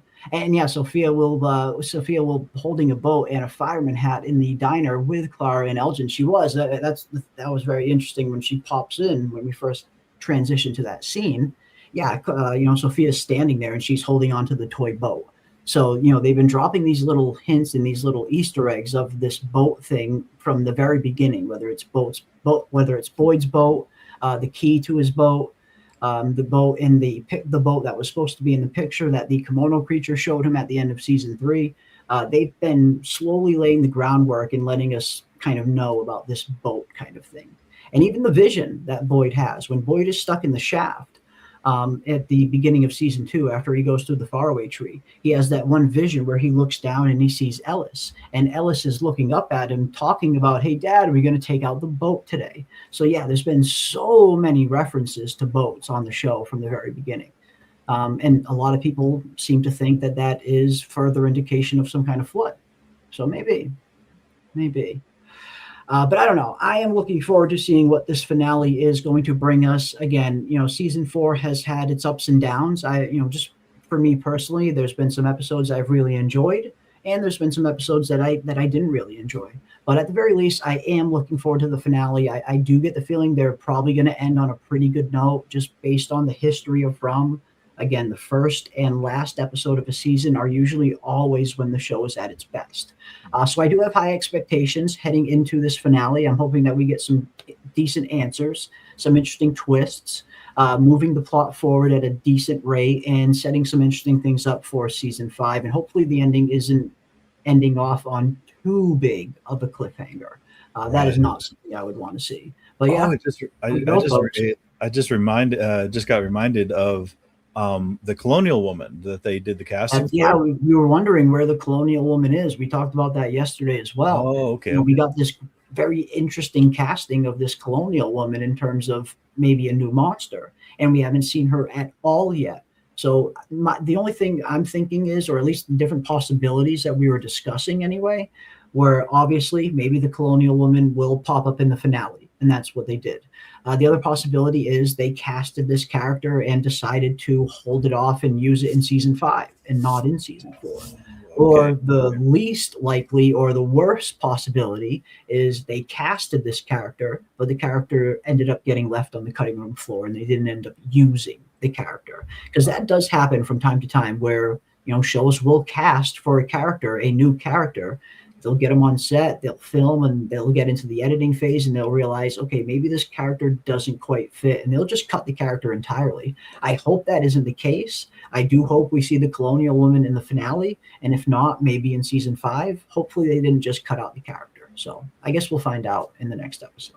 Yeah. In my mind, I for some reason, I just assumed that it was going to be Tabitha going back to... That's what we think as well. Yeah. It's going to be the original Tabitha, that this colonial woman could be the original Tabitha, maybe. Oh, okay. Or somebody that dealt with the child Tabitha. Maybe, yeah. Because child Tabitha was a colonial... Same time period era, around there. Yeah. Tabitha's mom was another interesting theory that people were talking about, the original Tabitha's mom. Oh, okay. But yeah, I don't know. I guess we'll find out. We will find out in less than 48 hours from now, ladies and gents. The finale is just around the corner.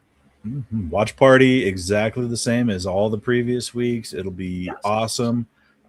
Plenty of room for everybody. So if you want to see the episode as soon as MGM drops it, be in our Discord, and it runs beautifully and smoothly, and we all have a good time, and the chat is banging. So less than 48 hours. That's crazy. I know, man. It's crazy. I can't believe it. We are approaching the season 4 finale of From, the final episode of 2026, as we get ready to enter our long hiatus wait for season 5, which will, again, most likely, I imagine we'll be getting season 5 probably towards the end of 2027, most likely. But yeah, I'm looking forward to it. Definitely want to see how they're going to end this season off. What kind of stuff are they going to give us? What answers are they going to give us? What's going to happen to some of these characters? Who's going to make it? Who's not going to make it? What are they going to say for season 5? What are they going to give us to chew on while we wait? So I am very much looking forward to seeing what's going to happen. And yes, I am definitely going to be covering Silo here on the channel 100%. I really enjoy Silo personally. I think it's a really fun show. I'm a huge Rebecca Ferguson fan. I think she's a phenomenal actress. And that whole cast is actually really pretty good. So yes, I will definitely be covering Silo Season 3 here on the channel. And of course, we are also covering House of the Dragon Season 3 as well. I am probably going to be doing a House of the Dragon stream tomorrow before our From stream. So check that out as well as we transition into House of the Dragon every Sunday night. But of course, we're going to continue talking From for as long as people want to talk From, even though the finale is right around the corner. This is definitely not going to be our last From stream. We're going to continue streaming From well into the off season, like we do every season. Every season, we always stream well into the off season. I always like to keep at least one foot in the From fandom, even when it's not on, because it's just such a fun fandom. There's always something to talk about. There's always some kind of theorizing you can do, especially while we're waiting for a new season. So even though From is coming to an end, the From streams will not be coming to an end. They will be continuing for a while, as we also transition into other shows on top of it as well, like House of the Dragon, Silo, and there's a few other good shows I'm looking forward to as well. But yeah, here we go, folks. Here we go. The season finale is just around the corner, and I am going to watch Disclosure Day, and I'm gonna probably try and do just a video breakdown on it. If I can't do like a live stream on it, at the very least, I'm going to do a video breakdown on Disclosure Day, because that is a film that I know PM and I have been looking forward to for a very long time when we first saw the trailer. So I am going to watch Disclosure Day, and I'm going to try and get a breakdown out on it within the next few days. So yeah, I will definitely be watching that as well. But yeah, here we go, folks. Season 4 is coming to a close. We have one episode left, and I cannot wait to see where it is going to take us. What twists, what turns, what reveals, what shocking death scenes are going to be waiting us in this finale. But that is going to do it for us tonight, ladies and gents. Big thank you to each and every one of you for hanging out with us. And, of course, huge thank you to Ravener for not only hanging out with us tonight, but also hosting these watch parties every week has been so freaking fun. You guys have been so supportive of these watch parties. And I believe last week they had, almost like 300 people in there. Like, it's been crazy. These watch parties have been getting great numbers. Exactly. So you to everybody who has boosted the Discord throughout the season, because you guys are the ones who made it possible where we can fit just about as many people as we want into the watch parties now. So big thank you to you guys, and huge thank you to Ravener as well. No, absolutely. Yeah, the chat and the people that boosted, absolutely awesome. And there's plenty of room for more. So yeah, we were well over like 260, and then a few people like dropped out. They were having tech problems, but I mean, I remember when we couldn't get 50 in, and then we got 50 and needed more room, and then it was 150, and then we needed more room. So yeah, it's been amazing to have people all around the world. I mean, literally from everywhere, from Brazil to Azerbaijan. You know, it's amazing. And like, some people won't get it for a few days. When the new episodes come out, some people won't get it for a few days. Some people just won't get it ever in their country. So yeah, it's amazing and so fun to share it with you guys. And this finale, if nothing else, it's going to be amazing to share the finale with everybody too. And just like every episode, every week, we'll run an episode exactly at midnight Eastern when the episode drops, and then an encore presentation right afterwards, and then jump right back over to the breakdown show here on YouTube with Jeremy and PM. So it'll be, mark your calendar. Yeah, set the date, save the date. Save the date, ladies and gents. Mark the calendar down in your mark the date down in your calendar, and I will drop the link to the From season finale watch party in the chat. That way, if anyone is having trouble finding the Discord, or if you want to find where the watch party is at, this link will take you directly to the watch party. So there we go, folks. There we go. There is the link to the Discord watch party. And again, that will be going live tomorrow night, right at midnight Eastern Standard Time, as soon as the new episode drops. But of course, we will be right here on the channel Saturday night doing our live pregame show as we count down the wait to the finale like usual. So definitely come and hang out with us for the episode 10 pregame show. And tomorrow night, I am also going to be doing a House of the Dragon Season 3 stream and a From Season 4 stream as well afterwards. So we've got double duty tomorrow. So here we go, folks. We are getting ready for the final episode of From. It is officially From week. And we have had a stream every day, and I love it. That's something we always try to do. We did it last season where when we got towards the end of From, we did From week, and every single day we did a stream. And we're doing that this week as well. Every single day we've had one so far, and we will continue to have one every day leading up to the finale. But yeah. There we go, folks. Episode 10 right around the corner. Hope to see each and every one of you at the pregame show and the watch party. And, of course, then the after-show discussion as we dive into the finale and finally see where this story is going to take us and where it's going to leave us. But that is going to do it for us tonight. And, of course, if you guys have not already subscribed to PM Philosophy, get over there, give her a sub. The link to her channel is in the description below. And she just uploaded an awesome theory video the other day that you guys definitely want to check out. And leave her a comment after you're done. Let her know your thoughts and your comments and your theories. And we will see each and every one of you on the next one. Cheers. Okay, ding-dongs. If you don't subscribe to Jeremy Ice and Fire, you're gonna spend the night in the box.